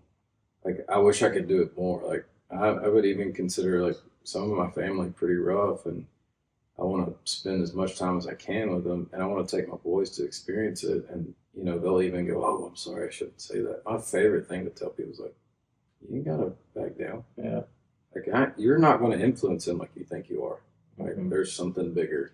Yeah. And I get to have a really cool conversation with them about, why you should watch your mouth, and why you should understand your audience, or why you should just those kind of simple things that I don't necessarily feel like I got a lot of growing up. I got some of it, and my dad was a great dad, like the most present, the most always there. But we all have a father wound. There's always something there that's scratching at us that didn't happen for us as a child, but it doesn't matter. Like, I get to change that. I get to change that for my boys and my girl. Like, for sure, my girl too. But yeah. That brings up an interesting thought. There's just all this talk of toxic masculinity, and remember the Me Too movement thing? Oh, yeah. I didn't get it. So I was like posting pictures of me with my Glock, like hashtag not me, hashtag me too, Yeah. I didn't get it. I didn't understand the concept. And when somebody kind of pulled me aside and was like, hey, you don't get it, and they explained it to me, and they explained that, like, we need less masculinity and men are toxic and men will rape women and all this crazy stuff. We have to train our young men to not, be predators or whatever. I started thinking about it, and I thought, I was raised to respect women. I was raised to open the door for them. I was raised to protect them. Nobody ever told me don't rape them, don't beat them, don't exploit them. I didn't get taught that. I got taught, you teach the thing you want. Mm-hmm. You don't teach what you don't want. That doesn't even make sense. Like, you know what I'm saying? For sure. And like, when Travis had, Squeaky up on stage the other day, he was like, it starts with obedience. The message was about obedience. And I just don't ever remember getting a lesson from anybody at church, from anybody in my family that made sense to me, that I was able to carry out, that was about what not to do. Yeah. It was always, this is what you're supposed to do. Mm-hmm. This is how you're supposed to behave, actually, when people told me not to do stuff, it usually... That's the first thing you want to go do. Yeah. You know? Yeah. And then, unfortunately, the things I got told not to do was like, don't drink, don't have sex before you get married, don't do drugs, don't disobey your parents. All those things were really awesome and fun. Like, like later, things stopped being so fun. But like immediately, it's like, don't eat ice cream. Well, like anybody that's had ice cream knows ice cream's pretty good. Yeah, it's pretty good. Yeah. And then you get fat. But it's always like too late to do anything about it. Sure. Like there's always the lie at the front of the sin. It's like, hey, it'll be a good time. Nobody's going to find out. You're going to be fine. And then like the moment you do it, it's not a good time. Everybody finds out. I hate everyone. Yeah. And that hook is, I bit it over and over. I learned the same lessons over and over. And I recognize that my kids are also going to learn the same lessons over and over. So, like, who am I to tell them they're not normal or, accost them about it or punish them? Like when my kids mess up, they know they messed up. And I think back to when I was younger, like, I knew I messed up. And I'm probably my own worst critic. I was harder on myself because here I am misunderstanding, that verse I was mentioning earlier, whatever verse it is. I'm thinking, well, I messed up. So, oh, well, I guess it's too late now, is the way I thought. Even though somehow I also thought that I couldn't lose grace. It was really, this stuff, there's a lot here. Sure. It's confusing. Then Jesus was like contradicting and said all this stuff backwards that like I didn't have context for. He spoke in parables and stuff. Like Stack said it when we had him. He said, what did he say about, he's like, the best way to love your kids when they're hard to love is just to love them or something. How did he say that, Pat? It said something about tough love. Yeah. He said, what tough love is? It's loving your kids when it's hard. Yeah. And I mean, that hurt me, dude, because I've got some stuff and like, I've got the father wound this freedom weekend. And so I don't know, that's part of the reason I'm fasting right now because I'm good, but I'm not super good, about it. And, like Sebastian was in the car today and we're on the way to jiu-jitsu and we're late and like nothing's gone right with my day. And he's eating a sucker. I don't know where he got it. And I'm like, dude, just put it in your mouth. I'm like, just put it in your mouth. And like, there was a second, the worst. I wanted to just pull over and go, hey, roll the window down. He'd be like, why? I'd be like, okay, get it down. Okay, now hold the sucker out the window. Why? Let it go. I'm done. I was done. And then, we finally get to jiu-jitsu. I'm like, dude, I'm sorry. I was frustrated. I'm sorry that you're late. I wanted you to be, it's like the first time he's ever been late. Yeah. But he's serious about it.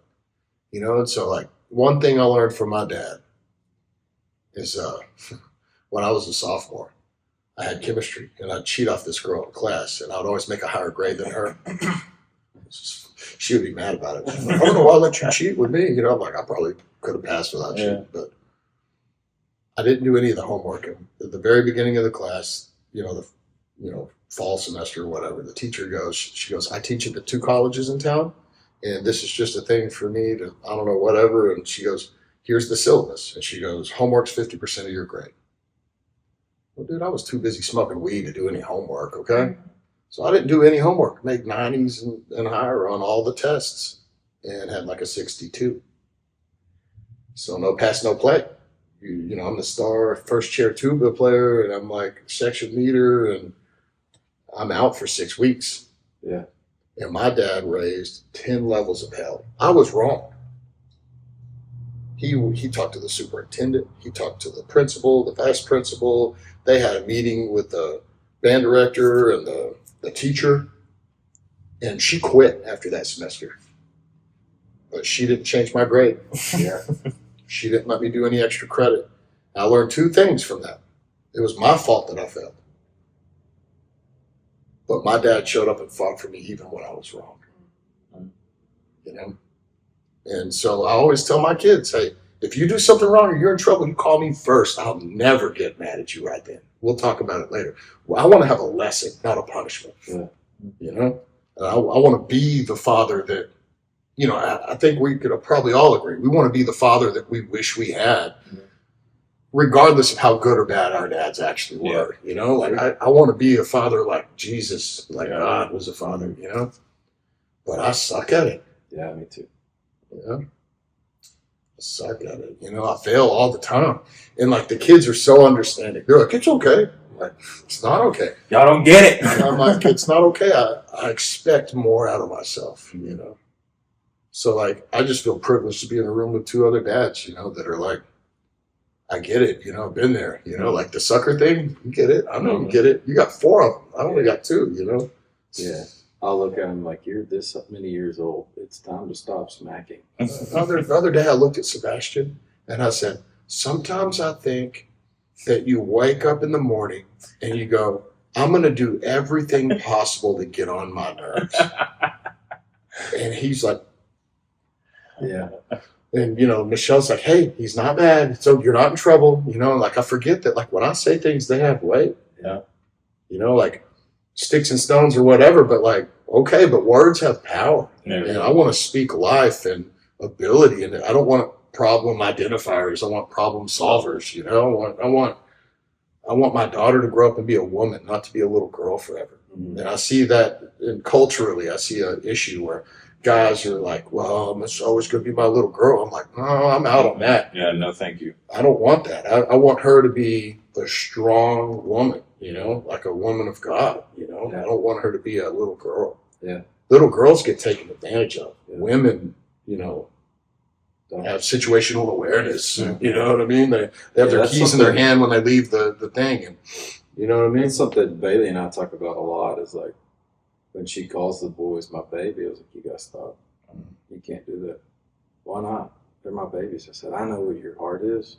You're communicating something completely different to them. You're holding them back, and they're not babies, they're men.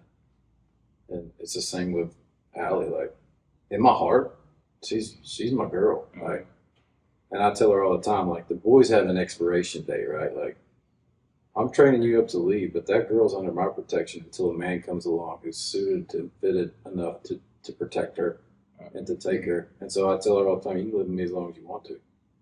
You're going to be a woman. Like, there's still that part of it. But those boys have an expiration date, and boys are like, yeah, we got to leave at 18.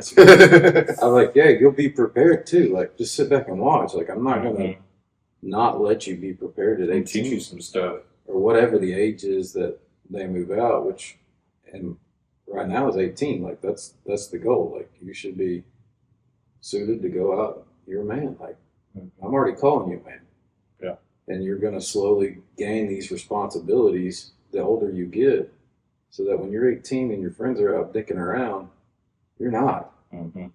Not that you won't, not that won't happen or whatever, but you're going to have a little bit different structure. Yeah, and a little bit different mindset. And I tell them all the time, it's going to be hard. You're going to look at your friends and they're doing one thing and you're required to do another thing. But when you're 25, it's going to look completely different. So with that little girl, in my heart, she's a little girl, but I'm like you. I'm raising her to be a woman. Mm-hmm. She's going to, I tell her all, I just said that. I tell her all the time, you can stay with me, you can live with me until you get married. Matter of fact, I would prefer it. Like, yeah. Not for any other reason than I am your protector. And that's my role. But when the man comes along that's suited, I'll gladly hand you off and turn over responsibility to him. Because you're built different. You're a woman. But you will be, like you said, strong in the Lord and ready to go. She'll be ready. Mm-hmm. It's just, when is that day? Well, obviously you've done a lot with the camps and everything, and you know, last year we went to camp and had a great time. I threw you in a pond, or I got some other kids to throw you into a pond. Yeah, that was a lot of fun. One of the kids asked me the other day, he goes, "Did you really lose your phone in the pond?" No, I just was making me feel bad. I was like, bro, okay, first of all, if you're standing by a pond with a phone in your pocket, way smarter than that. That is the first rule of camp of not to do. Like, you do not do that. But like, you've got Young Life, right? You're a part of that. Is that I'm yours? I'm a friend of Young Life. Okay, That's gotcha. what they consider me now. So I still do stuff with Young Life, but I'm not directly involved. Dude, Okay. I don't even know what Young Life is. Like all the I don't either. cool, like rich kids, they had like the YL stickers on their brand new Jeep Wranglers when I was in high school, you know. And I was like, I don't know what that is. You know, Losers. yeah. No, yeah. I don't know. I talked to Lexi about it. She was like, they all seem kind of like, I don't know why they're involved in it. You know, not you, but like the kids. Yeah. She's like, well, like what they do and how they act doesn't like line up. You know, because she's real black and white. Sure. I'm sure she got it from me, but Yeah. I'm like, well, kind of lead the way explaining that. I mean, yeah. What is Young Life? Yeah, so the heart of Young Life is to go into the schools and build relationships with kids that are far from God and bring them into a relationship with God. Well, that makes a lot of sense. Why her viewpoint of it was. Yeah, and so historically in Tyler, you know, what has happened. I mean, Lexi's not describing it wrong. Like, I mean, she's pretty describing it right. And there was a rub there for me always when I was working for them full time of like, no, this ain't the kid I want. Mm. This isn't the one I'm looking for. But the truth of the matter is, it was the exact kid I was looking for, and they would show up consistently every Monday night, and it was great. And the Lord did a lot of great things, and yeah, so it's the idea of you're a relationship builder going into schools, and so like I didn't just build a relationship with kids, like I built a relationship with administration, and I was at the school every day, holding doors or going to lunches or something like that, and became a part of the campus. Like people knew, like, hey, he's with Young Life, and they trusted me. So I had the keys to the kingdom, and it was great. I got to talk to a lot of different kids. I got to share Jesus with a lot of different kids, and as far as like youth stuff goes, but the Lord moved me out of that 2 years ago, and so I'm still a friend of Young Life. So there's like these different tiers in Young Life, the organizational side of it, like where you're on Young Life staff or you're a Young Life volunteer, you're a friend of Young Life. And so friends of Young Life come in for like big events and stuff like that. Like they'll do a crawfish bowl the weekend after Pete's, and Pete will come out and cook crawfish, and I'll go be a part of that.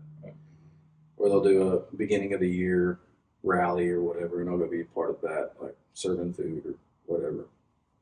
And I love that. I love that because I think Young Life's doing an incredible ministry. It's been in Tyler for 82 years or something. Wow. 1941, 84 years. I don't know, whatever that comes out to be. 1942 is when it started. So 83. Yeah, 83. Wow, that's crazy. Yeah, there's a lot of cool, rich history of Young Life, specifically in Tyler, that's pretty neat. And it's the longest running consistent Young Life in the whole organization. Oh, really? Oh, really? Oh, Yeah, and they're worldwide. Like, I mean, they're in 113 countries or something like that. Tyler has the longest running consistent Young Life. Because places will have Young Life for 10 years and they'll stop for 10 and they'll bring it back for, that kind of deal. So the Lord put me in Young Life after coming back from Oklahoma. We moved up to Oklahoma in 2019. And then I was right. It was 2000. Yeah. So that was when you were Camp Wow and AFCC. Yeah. Gotcha. The goal for moving to Oklahoma was to start a sister camp for Camp Wow. So there's going to be Camp Wow in Gertie, and then the owner of Camp Wow bought a property in Norman, and Bailey and I in the off season lived in Norman on 160 acres, and we were slowly cleaning it up to try to develop a camp thing, and then COVID hit, no money, that kind of deal. So it pushed us back to Tyler. It's like Tyler's the place I've tried to get away from my entire life, and I keep ending up back here. Well, glad you're here. Yeah, no, now it's like I'm at this point. It's like, okay, Good with it. Yeah, here we are. Yeah. But yeah, so we came back from Oklahoma, started working for Young Life. I was without a job in between Oklahoma and Young Life for 8 months. We lived with my parents, had 3 kids at the time, and I really felt like the Lord had asked me to be in a season of prayer, which meant maybe work, maybe not, but prayer's the word. You know what I mean? And I remember calling my dad and telling him, hey, we're moving back to Tyler. We don't have a place to live. Can we live with you? He's like, yeah. He's like, what are you going to do for work? I was like, I don't know. She's like, okay. It's like, yeah. And, and then coming back and having a more in-depth conversation, which my dad's a free man. My dad loves the Lord. Like,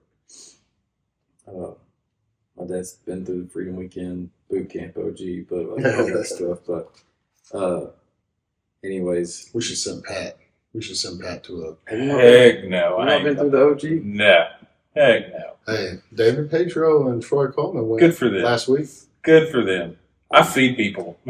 I'm a fan of the OG. Oh, really? I mean, there's some things, but Yeah. I'm a fan. But I think they've changed. It's like shorter now. Is it? They got out on Saturday. Okay. That's weird. I don't know. I don't I either. haven't been involved in several years. Yeah. So we, I told my dad, I was like, yeah, I really feel like the Lord's called me to a season of prayer. He's like, what does that mean? It's like, well, I don't really know, but I know that I'm going to pray. And I'm not being sarcastic, but just being genuine. And during that season, there were several times where I tried to step out on my own to find employment, to find a job, and it immediately got shut down.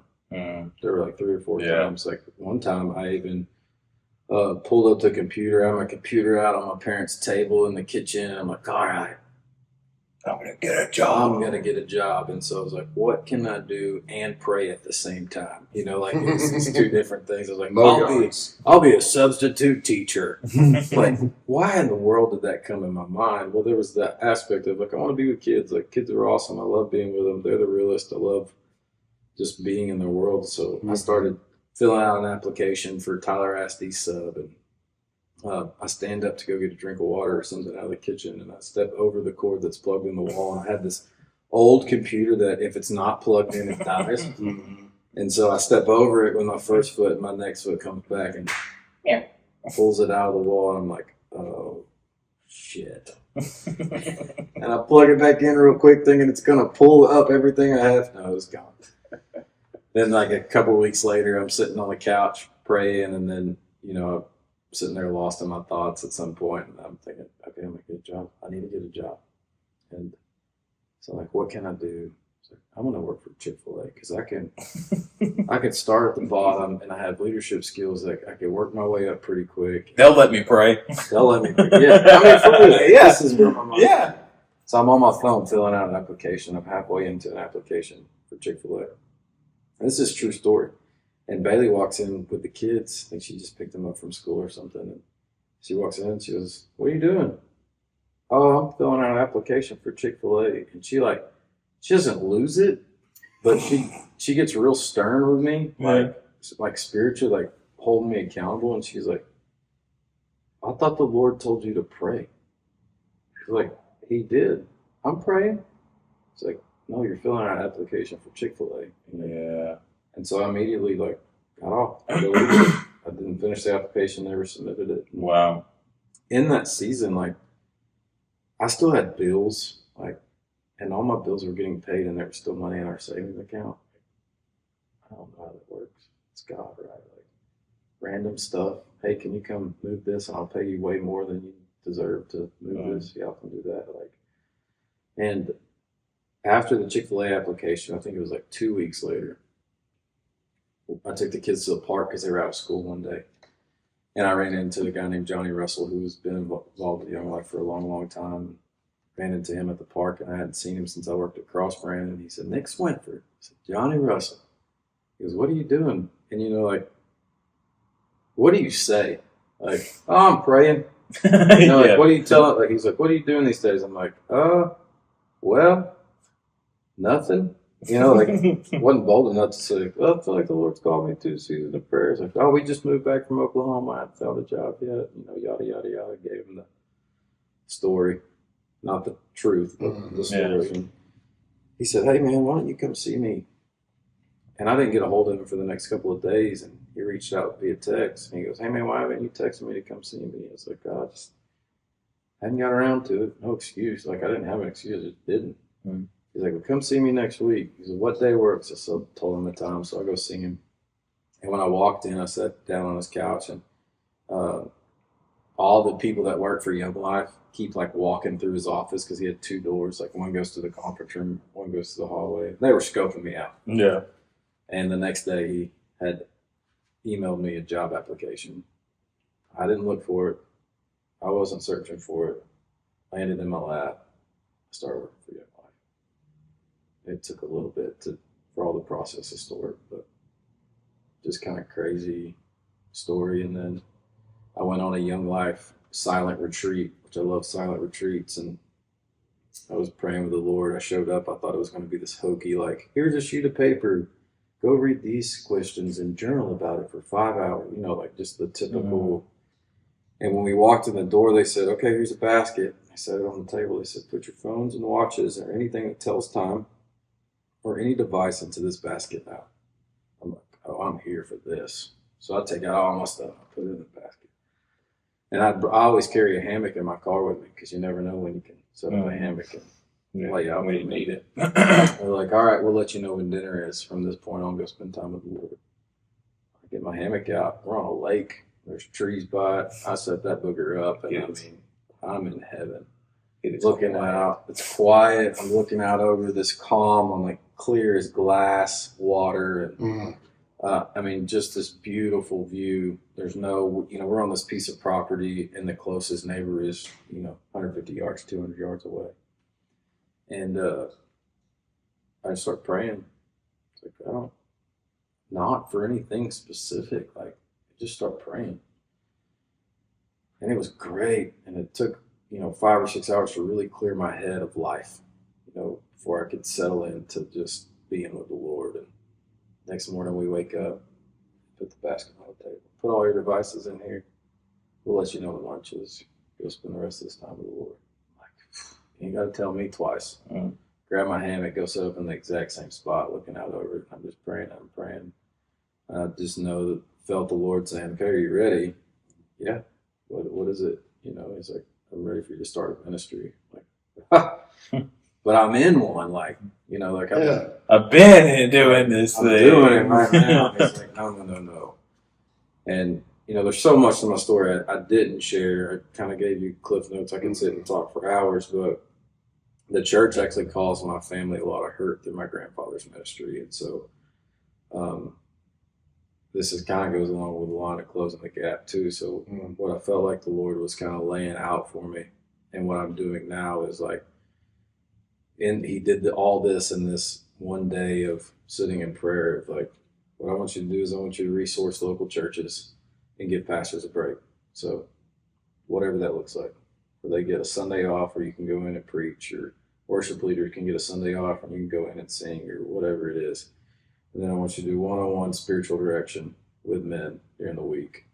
And then I want you to develop a leadership course for churches that their leadership teams can go through and experience spiritual gifts and all this other stuff that could help project, put their churches on the right track. Not that I have it together. I mean, I feel like this all came from the Lord, and tons of resources in my back pocket that have kind of developed this. And so that's what I'm doing now. Like, I'm in the middle of the week, I'm meeting with men one-on-one, doing spiritual directions, and it's rounding me up in courthouses, being character witnesses for guys who are on their 6th DUI and other cases that are just wild, out of this world. And it's landed me in, the middle of marriage wrecks, and she's ready to walk out and leave, and he thinks she's ugly and fat now, and he can't seem to get past that. Just these wild situations, right? Like, but it's put me in the middle of the mess, and I love it. Like, I wouldn't trade it for the world. Yeah. And now I've taken on the interim position at Wood County Cowboy Church in Quitman, and until they fill the pastor's role there, which is part of the ministry, right? Like, it's just been good to be able to offer this free of charge to people. Like, I don't need you to pay me anything because I'm supported monthly by people who believe in what I'm doing. Mm-hmm. And so I have a donor base that, gives to Modern Day Mission, which turns and gives me the money that because I can operate out of under their 501c3. And so it's been a fun experience to get to offer ministry for free to people who can't probably afford it. Like these smaller churches that really can't afford to bring in a guest speaker or these men who really can't afford to go see a counselor. I'm not a counselor. I know there's legalities and stuff around that. That's not what I'm saying I am, but I am. A shoulder. But yeah, just somebody to listen. Like one of the guys I first met with, he's a cowboy and he's great, man. I love cowboys. They're some of my favorite people. And I got in the truck and he had a pack of smoke sitting beside him, and I could tell he was nervous. He was like, because he had never sat down and just like shared with somebody before. I could tell he was nervous, and so I was like, "Hey, man, can I have one of them smokes?" And, you know, in his mind, I'm this pastor preacher. Right. I fit this mold. Mm-hmm. This guy coming in to give him spiritual direction, like this fancy jargon for. I'm just going to show you where Jesus shows up in your life, like, and. I said, "Can I have one of them smokes?" And he just kind of slowly turned and said at me, and he looked at me. He said, "Yeah." Like, almost like he did. Like, am I supposed to say yes? This is a trick. Am I supposed to share this? And I just take it. I was like, "You got a light?" And he pulled one out of his pocket and handed it to me. I just lit it up because we were in his truck, and I knew he didn't care. It was like, I just rolled his window down and all the way down because we were parked, and lit it up. And I just sit there and was like, "How you doing?" And he's like, I'm he's still confused, right? Like, He's still got the mask on, the wall up, everything. For sure. And so he pulls the pack out and he lights one up too, and he just kind of eases in, you know, like just that, like, relax a little bit. Because it's the truth. Yeah, like, I mean, like, when people, you know, I remember when I first became a pastor, I say that because there's so many stigmas that come with it. I just remember the first time, like, I'm sitting in this car. I've been a pastor for, you know, a year. I'm sitting in this car with these rough cowboys. I've been day working with them all day, and they put somebody on speakerphone, and this guy, I mean, is cussing up one side and down the other and talking poorly, and not just, when I say talking poorly, not just cussing, just like, you know, dog trashing these people on the phone. And they're all laughing because they know I'm sitting in the car, and they think it's funny that they're a pastor sitting in the car and this guy's going nuts. And one of them finally speaks up and says, "You better slow down. There's a pastor sitting here listening to every word." And the dude went silent and he didn't say another word. He didn't say another word. And he eventually it was so awkward silent. He's like, I gotta go. And hung up the phone. I hate that. So, like, when people, like, put that stigma, like, you know, they cuss in front of you. That's just such a small example. But like, they'll say, you know, a cuss word in front of you. I'm like, shit, don't change because of me. You know, because I identify like I've been next month, 22 years, no drugs, no alcohol, right? Like, people will find out and then, like, put their drink down and be like, "Oh, I'm sorry." Yeah. I'm like, be who you are, dude. Like, authenticity is of high value for me. Yeah. If I feel like you're changing stuff to suit me, in fact, when I see other people making concessions or changing how they are because of somebody else that's around, I get, like, offended. You know, it makes me uncomfortable. I'm way more comfortable if you walk in and you're like, "Can I smoke weed here?" And I'm like, "Yeah." Than I would be if I knew that you were just itching the whole time we were around each other. You know, so I hear you on that for sure. But, you know, it's kind of a special deal. Cowboy church, wilderness. Yeah, I mean, it's different. It's kind of like, it's not just come as you are dressed. It's like, come as you are. And Chance said something that really kind of stuck with me. He's like, come as you are, but don't leave the same way. And, like, I feel that too. Yeah. Like, a little bit. Because that's what Jesus does to you. Once you taste and see that the Lord is good, you see the whole world through a different set of lenses whenever you actually submit and have an understanding of what it is that Jesus actually come to do. Like, he's not just a moral teacher, that he's not just trying to be your friend. And, you know, when you actually see that he's the Lamb of God that took away the sin of the world, and in particular, be your sin. Yeah, but, like, I don't know that, like, one of the 10 Commandments is thou shalt not say the F word. Yeah, no. You know what I mean? So I'm a little confused about that. I feel like some of that's some man-made religious stuff. You know, I mean, there's definitely some religious activity behind that. Well, do you think that God was mad at David whenever he called Goliath this uncircumcised Philistine. I mean, he was cussing Goliath out whenever he. But isn't that Did all true? that. Wouldn't that be like him That's- saying, "You're a really tall, big guy"? Like, Yeah. Like, well, okay. I don't know. But like that's the whole thing Yeah. is he was cussing him out with passion, and he wasn't like putting up a mask or anything, and he was putting it all out there, and he's like, "You're defiling the armies of the Lord," and he was mad about it. And you know, there's not a lot of people out there that are willing to be who they really are around the people that we need to be who we really are. Man, I was trying to design T-shirts today, and like one of my things, look, I'm gonna pull it up because I had 3 things I wanted to text that I wanted to put on the back or the front of these shirts. Y'all are gonna kick out of this. T-shirt ideas is the note. You can't gaslight God. We heard that last night. Yeah, that it was was so good. Like, we're gonna put that on a T-shirt. Yeah. First thought wrong. It's one of my favorite things because my first thought's almost always wrong. Mm-hmm. You know? You can't judge a fish by its ability to climb a tree. Yeah. Can't. Be yourself. Everyone else is taken. Oh man. Oh wow, that is a good You one. know? And so, but like, I've got a million one-liners, you know. Yeah. But like, dude, there's so much truth there. And so I get it. Jesus would like say things, and people would be like, "What?" You know? It's so crazy. No, that's not what we're talking about. We're Yeah. talking about this stuff, you know. And he's like, "You don't understand what I'm saying." Mhm. What a wild thing and I feel like I have this same communion with God, you know? I'm like, "Hey God, I got all these problems. I don't know what to do about it. Thanks for the problems, I guess. I don't know." Like, and he's like, "You don't even understand what I'm doing." You Yeah. know? So I'm kind of in a place where like, I don't need to understand. I don't care. I don't care why. Why is the wrong prayer. You know? Like, God loves why prayers because he's like, we'll file that away with, you'll find out later. But, Yeah. you know, like, Yeah. I guess it doesn't matter. And so I'm an action person, you know, like I've gotten to a place I used to like really fret over, like, am I going to make the right decision? Is this from God or not?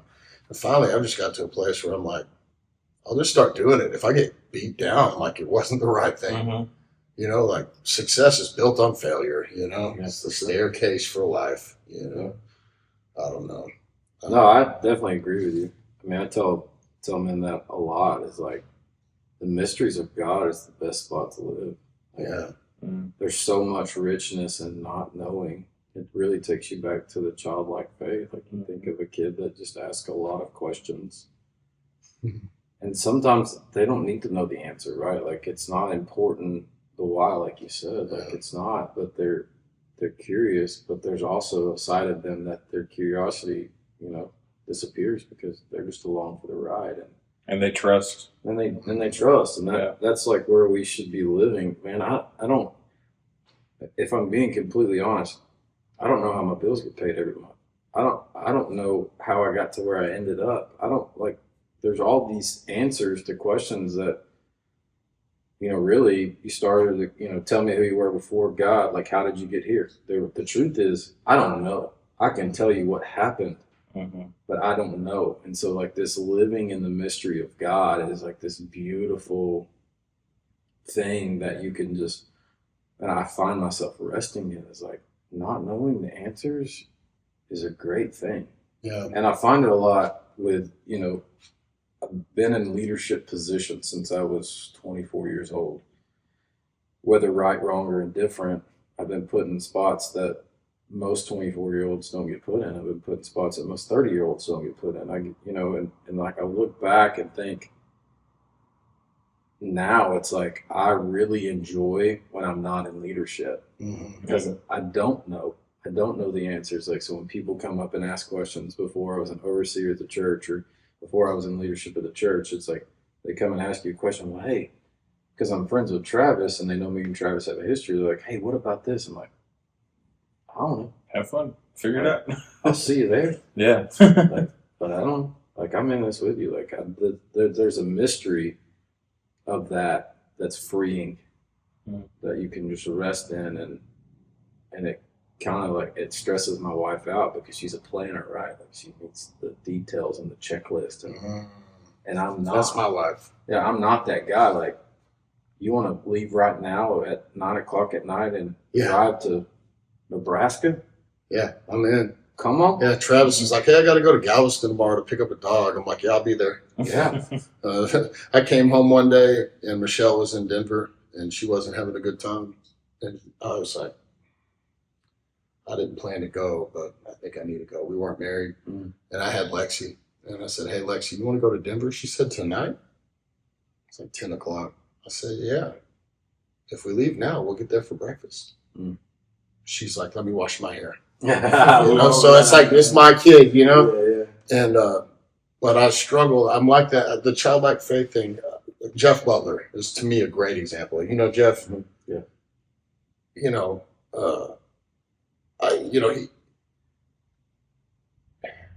he's a. You know, Travis did a whole series on. I don't believe in God. You know, I can't believe in God or whatever it was. You know, and to me, he got to the root, the causes and conditions of why it is that I'm a Christian. You know, and he talked about like 9/11 was a big event for him. And he went, these guys believed in their thing so much that they like flew planes into buildings. And like, we're not going to get into like whether or not that was a black flag deal and maybe the American government did it or whatever. Hopefully don't get banned. Bleep. But I'll cut that. But, you know, for me, I had to re-examine. Like I listened to those. I sat here and I listened to them and I went, wait a minute. I've been believing because the Bible said so, you know? And so like I was actively sitting in a spar with Jeff Butler going, you know, like, I don't even know if this guy's read the Bible, but like he believes, you know, he believes, he really believes just like I did when I was young, you know, and he's not like looking, he doesn't need proof. He's got like, he has a relationship with God. And I mean, he got me like several times. He's like, you know, he's like, God talks to you if you listen. And he's like, you know, I don't listen real good, you know, but like just several events, I listened to him and I thought, okay, I get it. So for me, I've almost been afraid to get deeper into scripture and to try to learn more because I have a propensity to like, I like being right and I like knowing things. I like being an authority, you know. I like to be the arbiter of things. My dad did too, so I'm sure I got it honestly, you know. But like I'm afraid that if I start reading more, then I'll think that like I have this profound understanding that nobody else does, and like they need to listen to what I think. And I'm just happy to just have a relationship with God and like not and live in the mystery, like you're saying, you know. That childlike faith thing is so easy for a kid, you know.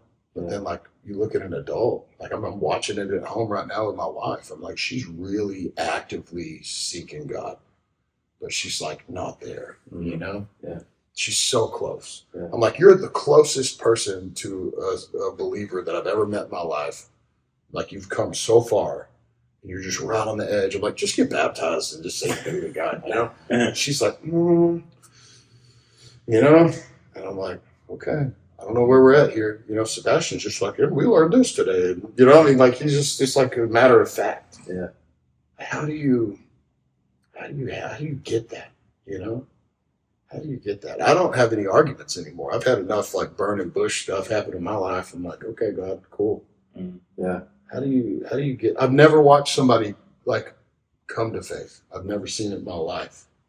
Once you watching see it right now, you know, I'm sure I've had like friends when I was in school that got saved or whatever, but they weren't like super not saved, you know. It's like, but like once you see it and experience it, then it just sparks a fire in you that you want to see everybody come to that. Because well, it's like my favorite thing is to watch people experience new things, you know. So I think that's one of the awesome things about camp.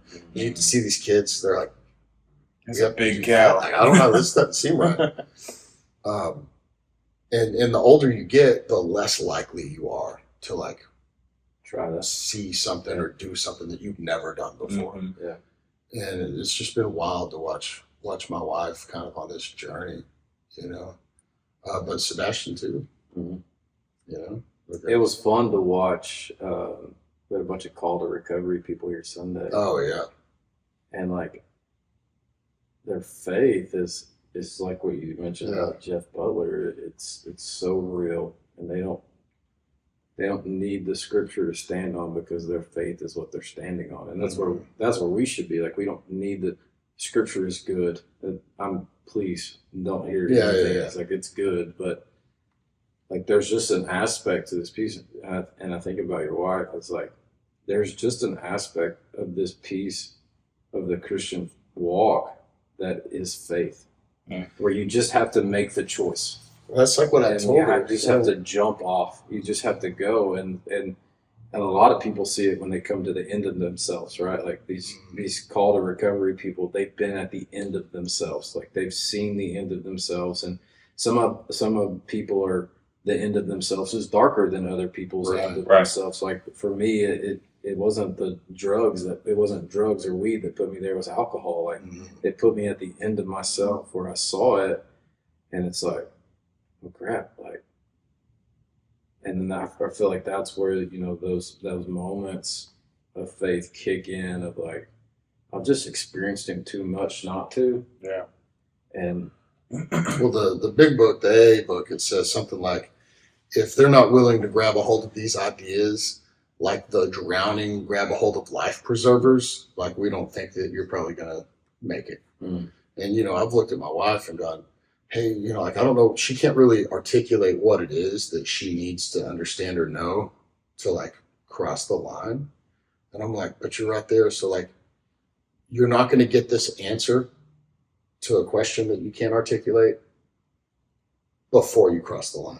Like, when you cross the line, you're probably going to, you know what I mean? It's going to unlock some more stuff. Yeah. She's just like, it's like, when you quit trying too hard, then it finally happens. Well, like the last several Sundays, Travis has been kind of like doing an altar call kind of at the end, and it's never happened here before. And I think that's one of the things that's been super good for us, because it was like a beach entry. It wasn't like a drop off in the lake, you know. It's like you could wade out and kind of test the water, you know. And I keep thinking, like, okay, is today the day, you know? And like Paul Roberts was like, you need to lead your wife to Christ. I'm like, bud, I love you, Paul. If you're listening, I love you for real. But, like, you know, we're doing awesome.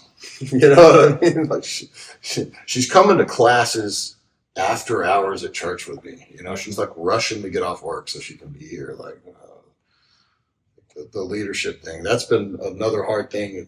I want to get your take on this, is the imposter syndrome, like leading your family spiritually, you know, because a lot of times I'm like, man, I don't know what to say to my daughter. I don't know what to say to my stepson. I don't know what to say to my wife. And what I keep coming up with God is like,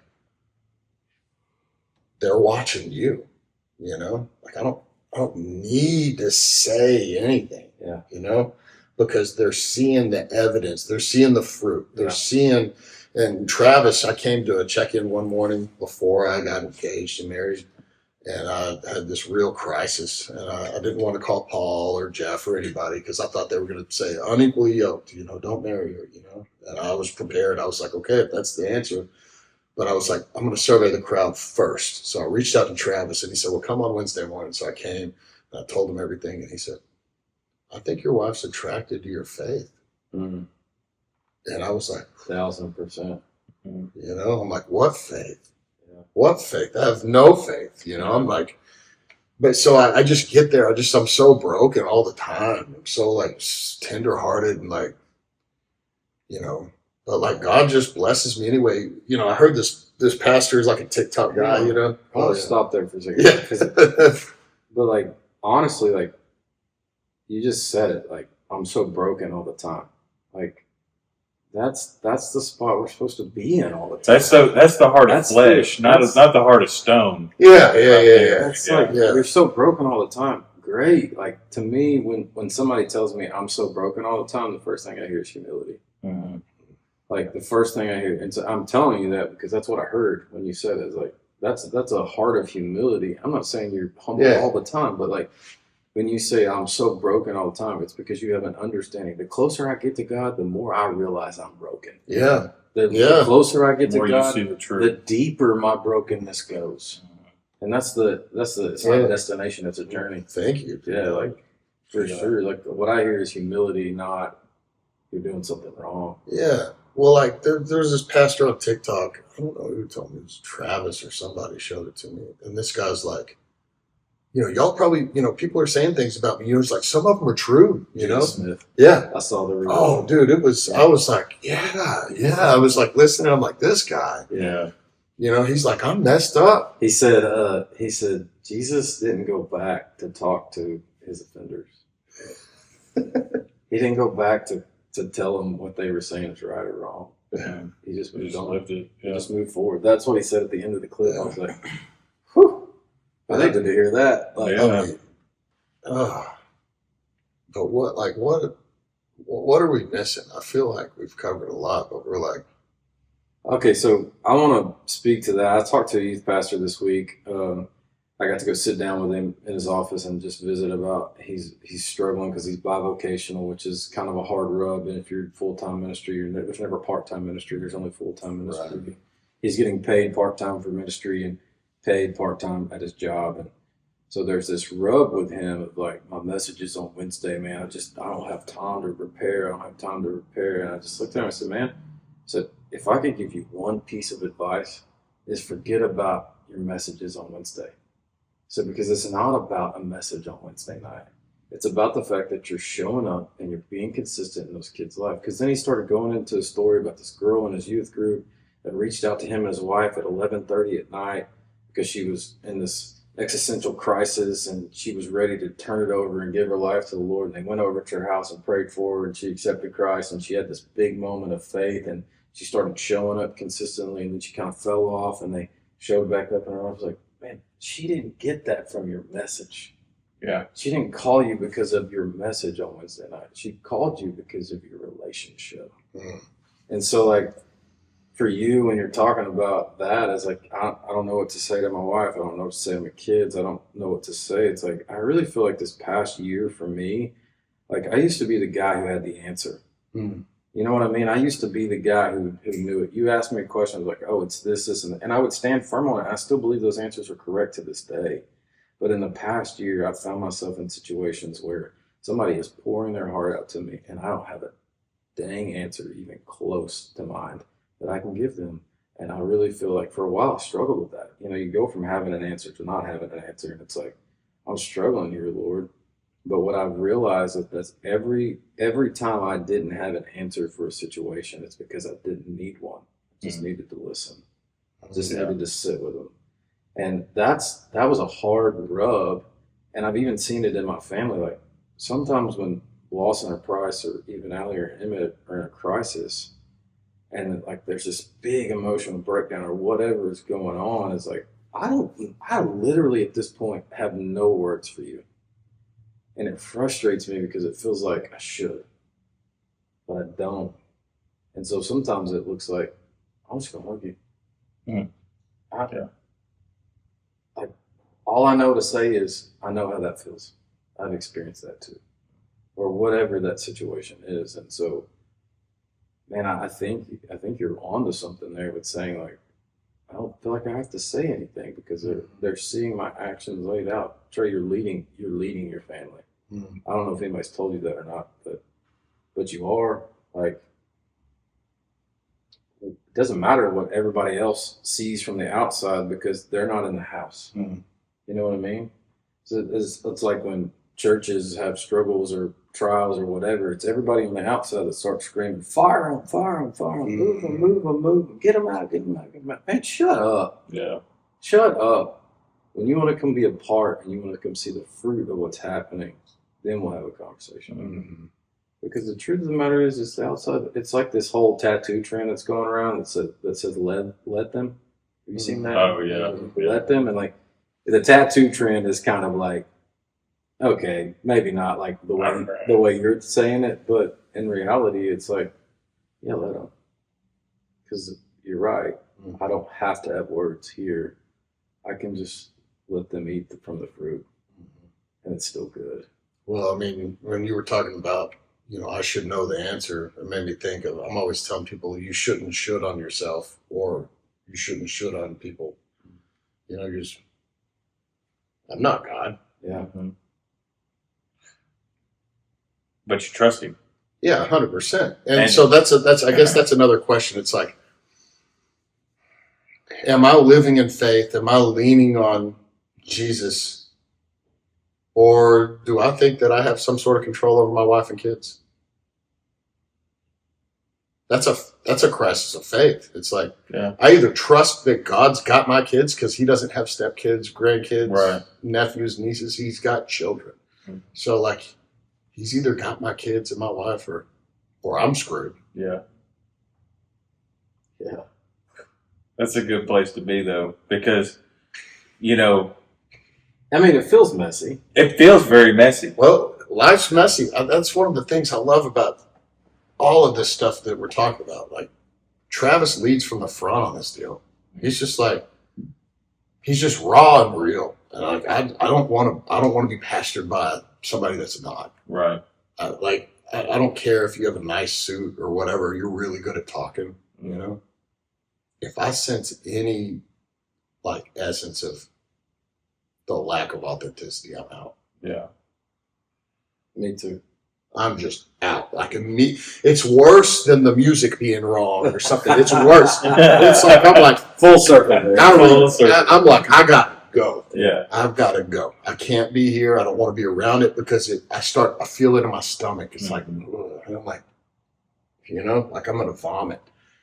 I just can't be around somebody that's not real. I don't have time for it. There's not enough time in the day to get everything done. Every day I have a list and like Michelle will come home or Lexi will come home and go, what'd you do today? And I feel embarrassed because I'm like, I threw the Frisbee for the dogs. I edited the podcast for a bit. I made some coffee, but I forgot to drink it. You know, I picked up the kid from, and I'm like, I only got like 3 things down the list. Yeah. There's no way. There's not enough time for me to waste time on something that's fruitless. Yeah. You know? Yeah. And I wish I had more time for the things that actually mattered, you know? So, and then to me, that takes, you know, it's like somehow I've heard about the parable of the talents a whole bunch lately. And I'm sure I heard about it when I was a kid, but I don't remember it. And like, it's not just money, you know? Yeah. It's relationships. It's heart position. Friends. It's the house. It's, you know, and I've always tell Michelle, like, hey, we need to invite these people over for lunch or something after church. Like, we've got now we've got a long list that it seems like we're never going to get through, you know, and everybody's busy, you know, and like, I'm just like, this intentionality thing that we've been going through has been like just hitting me every Sunday. I'm like, oh man, there's so much. It's like overwhelming, you know. But I feel like we're in a lucky spot. We're blessed. I don't know, luck's Luck's a funny word in a Christian Luck. church. luck is like yoga, you know. It's like sacrilege or something, you know. Yeah.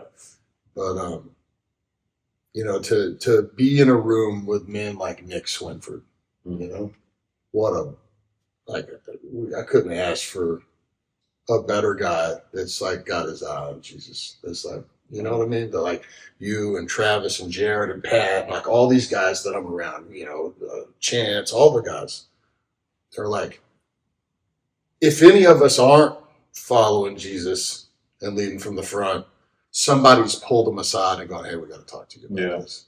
You know? Yeah, right. Healthiest organization I've ever seen. Yeah. You know? And that's not by accident. That is an intentional thing. Yeah, I think when people ask me all the time is like, why are you part of Wilderness? And not in the negative sense, they're just asking a genuine question. Yeah. My answer is like, well, I've not ever seen anything like it.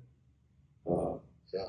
I've been doing ministry 13 years, which people out there have been doing ministry way longer than I have. But the fact of the matter is like, I've been in a lot of churches. I've sat in a lot of leadership team meetings. I've met with a lot of pastors. I've had conversations with genuine ones, and I've had conversations with fake ones, and I've seen a lot of life in my short time in ministry, but in my lifetime of my grandfather being in ministry too. And it's like,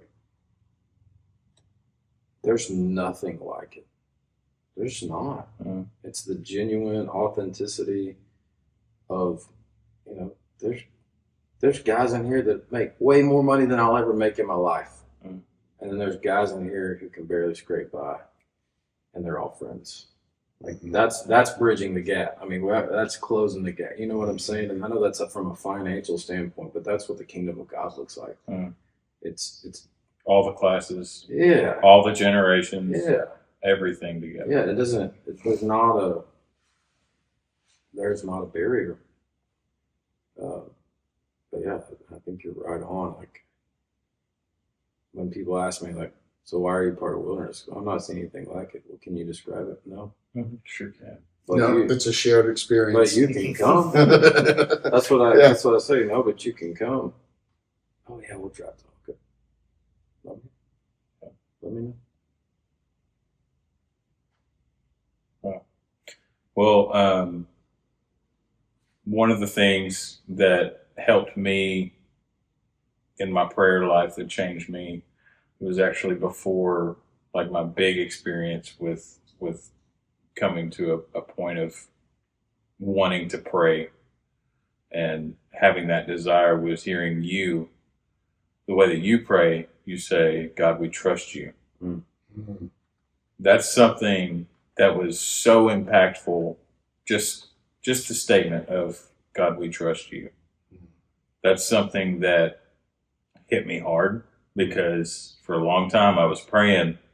I'd pray things like, Lord, don't let me fail. You know, don't let me mess up. Don't let me do this. Don't let me do that. But the reality is that I needed to just trust him, and for it to come from within here. Sure. So I definitely want to thank you in that. That was something that was on my heart pretty heavy today, thinking about like our relationship, because, you know, I came into this as a kind of an outsider, but like I knew a lot of people Sure. in the backstory from a long time ago. And I was like, well, Nick was the one that taught me how to start trusting God whenever I'm praying, which sounds so oxymoronic.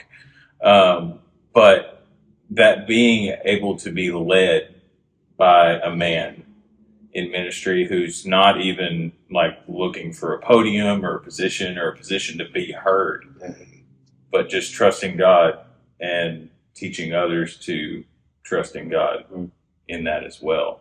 And I see it in your boys, I see it in your family, and I see it in your ministry. And the fruits that you're producing with your ministry that God laid on your heart to start, like, I'm excited to see where that continues to go, and to be able to help people at the end of the day. Because, you know, I always thought for a long time, you know, what are pastors doing? You know, what are they getting? Like they're working every Sunday, and then they're on top of that, they're preparing sermons and everything like that. I think of, it's kind of a weird way to think of it, but I think of like your type of ministry, like a bullfighter. A bullfighter is the guy that doesn't get the glory, or he used to not, at least back whenever I was in the rodeos days. They don't get the, you know, the fame. They don't get the publication. They're just the guy that gets, you know, that takes the hits essentially for the guy that is on the front stage. And everybody's always buying the bull riders drinks at the end of the night. You're talking about rodeo clowns? Yeah. You said bullfighter. Yeah. It's okay. Yeah, like Am I missing something? You are. there's the clown that's the entertainment. Yeah. In the rodeo world. Got it. And then there's the bullfighter. So nobody knows about bullfighters. Like everybody knows about the rodeo clown, and the clown gets in the barrel and makes everybody laugh. The Yeah. bullfighters are standing at the gate when they open. Got it. I'm thinking like, you know. Yeah, right. Yeah. I knew where you were at. Okay, cool. Yeah. I mean, there's definitely a spirit of servanthood, you know, Yeah. which is. And which that's is what- back to the other thing, you know, the servants see the miracles. Right. So it's like, what are you getting out of it? Well, like, once you start seeing this stuff happen, it's like, it's drugs, dude. Yeah. It's better than drugs. Hmm. It's a life. Yeah, because it doesn't kill you. Yeah. And it's based in truth. Yeah, I mean, it is truth. It's pure, unfiltered truth. Yeah. So I'm just blown away, man. Nick, you're definitely a gift, dude. Thanks. And I'm glad you're on our team, because like I think you could be like a positive or a negative leader, And it's like you're a leader nonetheless. I think leaders are born. I don't think they're made, even though you minored in it or whatever. Yeah. Well, Majored in music, minored in leadership. yeah, formalities. That's all. Yeah. Well, the only thing I did have a question. I think I heard something about you were building like a tiny home to move around to like provide people with what sounds like this like disconnected, retreat thing. Like, is that thing off the ground or what's going on with it? Yeah. So I mean, we were in the process of raising money and starting to build a tiny cabin on wheels. And so it's this idea. It's a 150 square foot tiny cabin. It's got a restroom and a shower and a little kitchenette. Doesn't have, it's got like a 2-burner stove top, queen bed, and it's got this big picture window in the back. And the goal is I'm a firm believer in everybody. I feel like everybody should at least once a year spend 48 hours in solitude with the Lord. Not with your wife, not with your kids, With your buddies. not with your buddies. 48 hours. No cell phones. No cell phones, No distractions. no computers. And so Bailey and I for years have gifted this to each other at Christmas. So I actually just came off mine in January. It feels like it was just the other day, but it was in January, 2 months ago. I spent 48 hours off the grid, and I love that anyway because I love to cook over a fire. I love to, I feel like there's just something special and sweet about it, and I feel like I hear from the Lord clearly when I'm out there. It takes me about 24 hours to really get the world out of my mind, but once that shift happens, it's like, buckle up, buttercup, here it comes. It's like all the things that I've been trying to hear from the Lord, but I've not allowed myself to listen to. And so this is the first step in building a camp. Because camp, is sustainable through the summer, but the off season looks like retreats and stuff like that. But I want to build a real intentional camp of retreats being in solitude. And there will be some aspects that aren't that way. But so the first step is building this tiny cabin. And so we have 3 locations right now that we can stick the tiny cabin. There's a place out close to Jacksonville that we're working on, that I'm working with a guy on, that is a pretty big yes, but it maybe not be. And then there's a place right here in Tyler that's a yes, that's really just right off of the loop. And then I've got a place in Athens, Pete's place, that he's said I could keep it out there a weekend or whatever. But the goal is to build this tiny cabin, be fully self-sustainable. So I have a generator, I have black water tanks, gray water tanks. So I don't have to come out there and do anything until you're gone. And so the idea is once this thing's built, that it would be full every weekend with men retreating or wives retreating for 48 hours of pure solitude. And so once it's built and we get it set up somewhere, when you walk in the cabin, there will be some literature on the table. Like if you've not ever done something like that, of kind of like a guideline of here's where to start. You don't have to do it this way, but here's a good starting point. So the idea is to get people as close to their creator as possible in creation. So I really feel like there's just this special space when you can't hear traffic, or you can't hear your phone, or you can't hear your kids screaming, or whatever it is, fill in the blank, and you're just alone with your thoughts, and you're alone in prayer, and you're alone with the Lord. And so we want to provide this for people, and it's a ministry, so a lot of it will be free of charge, but if a person comes out to stay in our tiny cabin and they feel led to give, we'll ask them to donate. Everybody knows what an Airbnb goes for, and I'm not going to give you a price. I'm just going to ask people to, what it costs to stay in a hotel or Airbnb. You give whatever the Lord's leading you to, because the one I stayed in was $300 a night. It's like, that's a big cost. I don't expect you to pay that much, But for people who can't afford it, but that need it, it's free. Well, how can people support that or find out more about it? Yeah, so if they want to, you can call me or have a conversation with me, or find me on Facebook and Instagram. It's Nicholas Wayne Swinford. You can find me real easy that way and reach out. And I'd love just to take you to lunch and sit down with you and share more about the idea behind it, what it takes to get there. It's going to cost about $16,500 to build it, and we're currently sitting at 11,000 raised. So we're making good headway. The other day, actually today, I went and picked up the roof for it. We don't even have a trailer built yet, but I picked up the roof for it today, which kind of made it real surreal for me, you know? And so we got this really smoking deal on the roof. It would have been like a $700-800 roof system that we did put on. I got for $100. Yeah. And so I was like, it was an immediate Thrifty. Yeah, it was immediate. Yes, it makes us have to do a little extra work because it's not the color roof we need, so we'll have to paint it. But I don't care. Yeah, like it's not a big deal because it was $100. Like I'll put in two extra hours of work to paint it and save that much money, cut that cost. And so we've raised 11,000. A big portion of that 11,000 is mine and Bailey's personal money that we put in, and then we've had just generous people that have cut a check. Right now, I don't have a 501c3 for this, so it's not tax deductible. It would be like you just give me the money and trust me that I'm going to do what I say I'm going to do. You know what I mean? But I'm going to, like, that money is specifically set aside for building this cabin. So the goal at the end of this build is, one, that it would be full every weekend, but two, that we would start building number 2.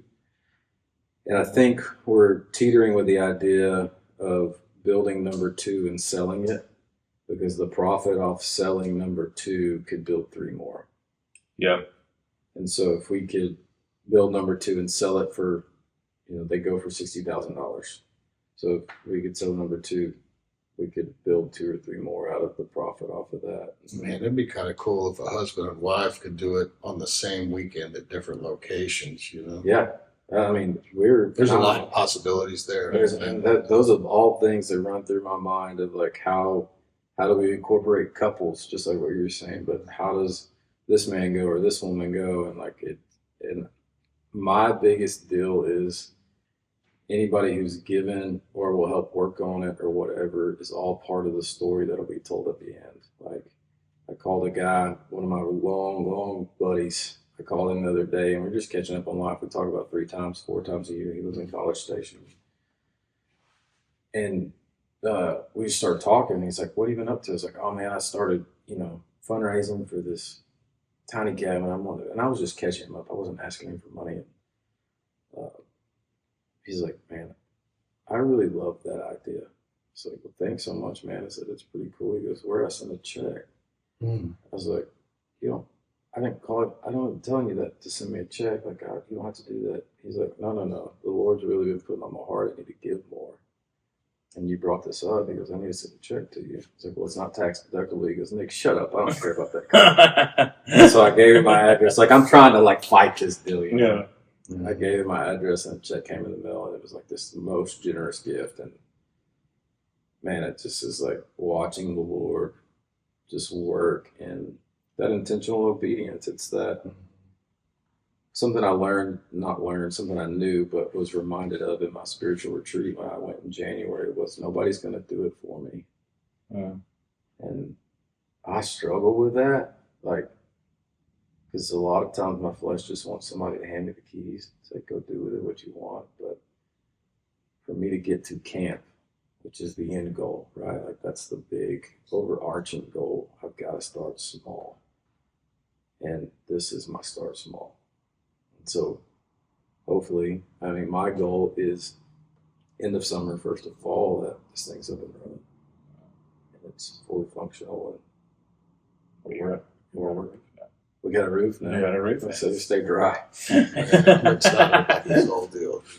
It sounds so cool. I'm pretty pumped. I've seen retreat centers and stuff, and they've all been great. Don't get me wrong. I've spent a lot of time at retreats, preaching at retreats, playing music at retreats, doing retreats, all that stuff. And it's just going to be fun. I had a little battle in my head at first because I would love to just own the piece of property and just put them up, and then I could set sewage up and stuff like that. And so I was battling this thing in my head, the properties I'm going to put them on. I can't hook them up to sewage, and they're going to be running off a generator and all this stuff, which I might have to be cleaning somebody's poop out of this tank. And like, I really was struggling with that for a little bit in my head. And then it was like, the Lord just like, shut up. Like, Get out of the way. you're providing something so much bigger than cleaning poop out of a black water tank. Yeah. And you can go do that. You're fully capable, and you can do it without getting poop on you. Like, there's ways to do it. There's ways around it. And so it just is like, I just want to serve in this place from a place of humility. Like, this is not mine, this is the Lord's. And when you're here, it's yours. So if you need to sleep the whole time, sleep. Mhm. If you need to stay up and be on your knees praying the whole time, stay up and be on your knees praying the whole time. But I want to put people in nature so they can be close to their Creator. Make sure you include a hammock just in case. Oh, brother, I'm already there. You know, that brings to mind, I used to get in trouble for falling asleep at church. You know, falling asleep at an AA meeting, and somebody was getting on to me about it somewhere. I don't know. I can't even recall the person it was, but they like stopped him and they went, "He feels safe here." That's right. That's exactly right. You know, and like that's so powerful to me. Yeah. You know, and that's another thing that comes to mind. Like, you know, So if I can't be here on Sunday, but like my wife comes or my daughter comes or what, like, it's not even a thought. I don't worry about it. yeah, So I know it's a safe place. that's right. You know, Well, when I come here, even if I'm having a terrible time, like when I walk through the door, I'm like, we talked about that when camp was really kicking off, when we moved from seeing 800 kids to 1,700 kids. mm-hmm. There was this crowded cafeteria, and it was preteen week. We were all in the cafeteria because it was raining. So there's 600 kids in this cafeteria, and that's before we had a rainy day plan. So we were kind of flying by the seat of our pants, and everybody's like, "What are we doing?" And I'm like, "Man, I'm trying to figure it out too." Like, I'm getting it from all directions. Nick, what are we doing? What are we doing? And I look up in the moment of this chaos, and there's this little girl. She had to have been third grade, and she was probably too young to be at camp. Like, honestly, somebody brought her anyway, and she was laying down, and she was sound asleep, and it was so loud in there. I'm talking about. You got 600 preteen kids banging on the table wanting to know what they're doing. You know what I mean? They're antsy and they're pantsy and they're trying to figure it. And they're loud. And this girl is passed out. And I just pulled my spiritual mentor. He was there at the time. I pulled him aside. I said, "Hey, look at this." And he looked up and he just started grinning and said, "She's safe." I said, "I know." Mm-hmm. That's probably the only time she's ever felt that. Mm-hmm. There's something powerful about it. If you can sleep in the noise, if you can sleep through it, there's something to say about that space that sacred. And so you go out to my cabin and you sleep for 48 hours, you did it. Good for you. Yeah, there's no... Hey, God talks to me in dreams all the time. All you know? the time, man. I wish I could remember my dreams. Yeah. I got a book at a book fair in elementary school, and it was about how to control your dreams. And I mean, like, I swear that this is the truth, but I don't know if I can't find the book. My mom kept everything I ever had in my life except for like a weed pipe or something, you know. I can't find this book, but I read the book. I read it like 100 times. It's like 30 pages. And I used to have these dreams where I was falling. And so I started reading this book about how to control your dreams. And at some point, like a month in, I was like falling in my dream. And then I was like, I'm not falling, I'm Superman. And I started flying around in my dreams, and I started having these wild, lucid dreams. And I would like wake up. I had a dream one time that I won the lottery, and I was in college. I was sober. I woke up. I was like, I won the lottery. It wasn't a dream. Yeah. I got in my car. I went to Walmart, and I tried to buy a TV, and my card was like declined. And the people were like, "What's wrong?" I'm like, "Something's wrong with the machine. I won the lottery." And like the Walmart people were like, "Nah, dog, your car's declined." Yeah. You know? So, Power of the dream. yeah. Well, I think we hit it all. That was a good episode. Yeah, man. Thank you so much Yeah, for spending the time. I know we're probably... That's late. Yeah. Oh, yeah. Okay. Cool. Well, hey, this is another episode of Two Dudes One Guy Pod. Tune in next week and find Nicholas Wayne Swinford on Facebook and send him all the money you got. I like that. All right. Amen.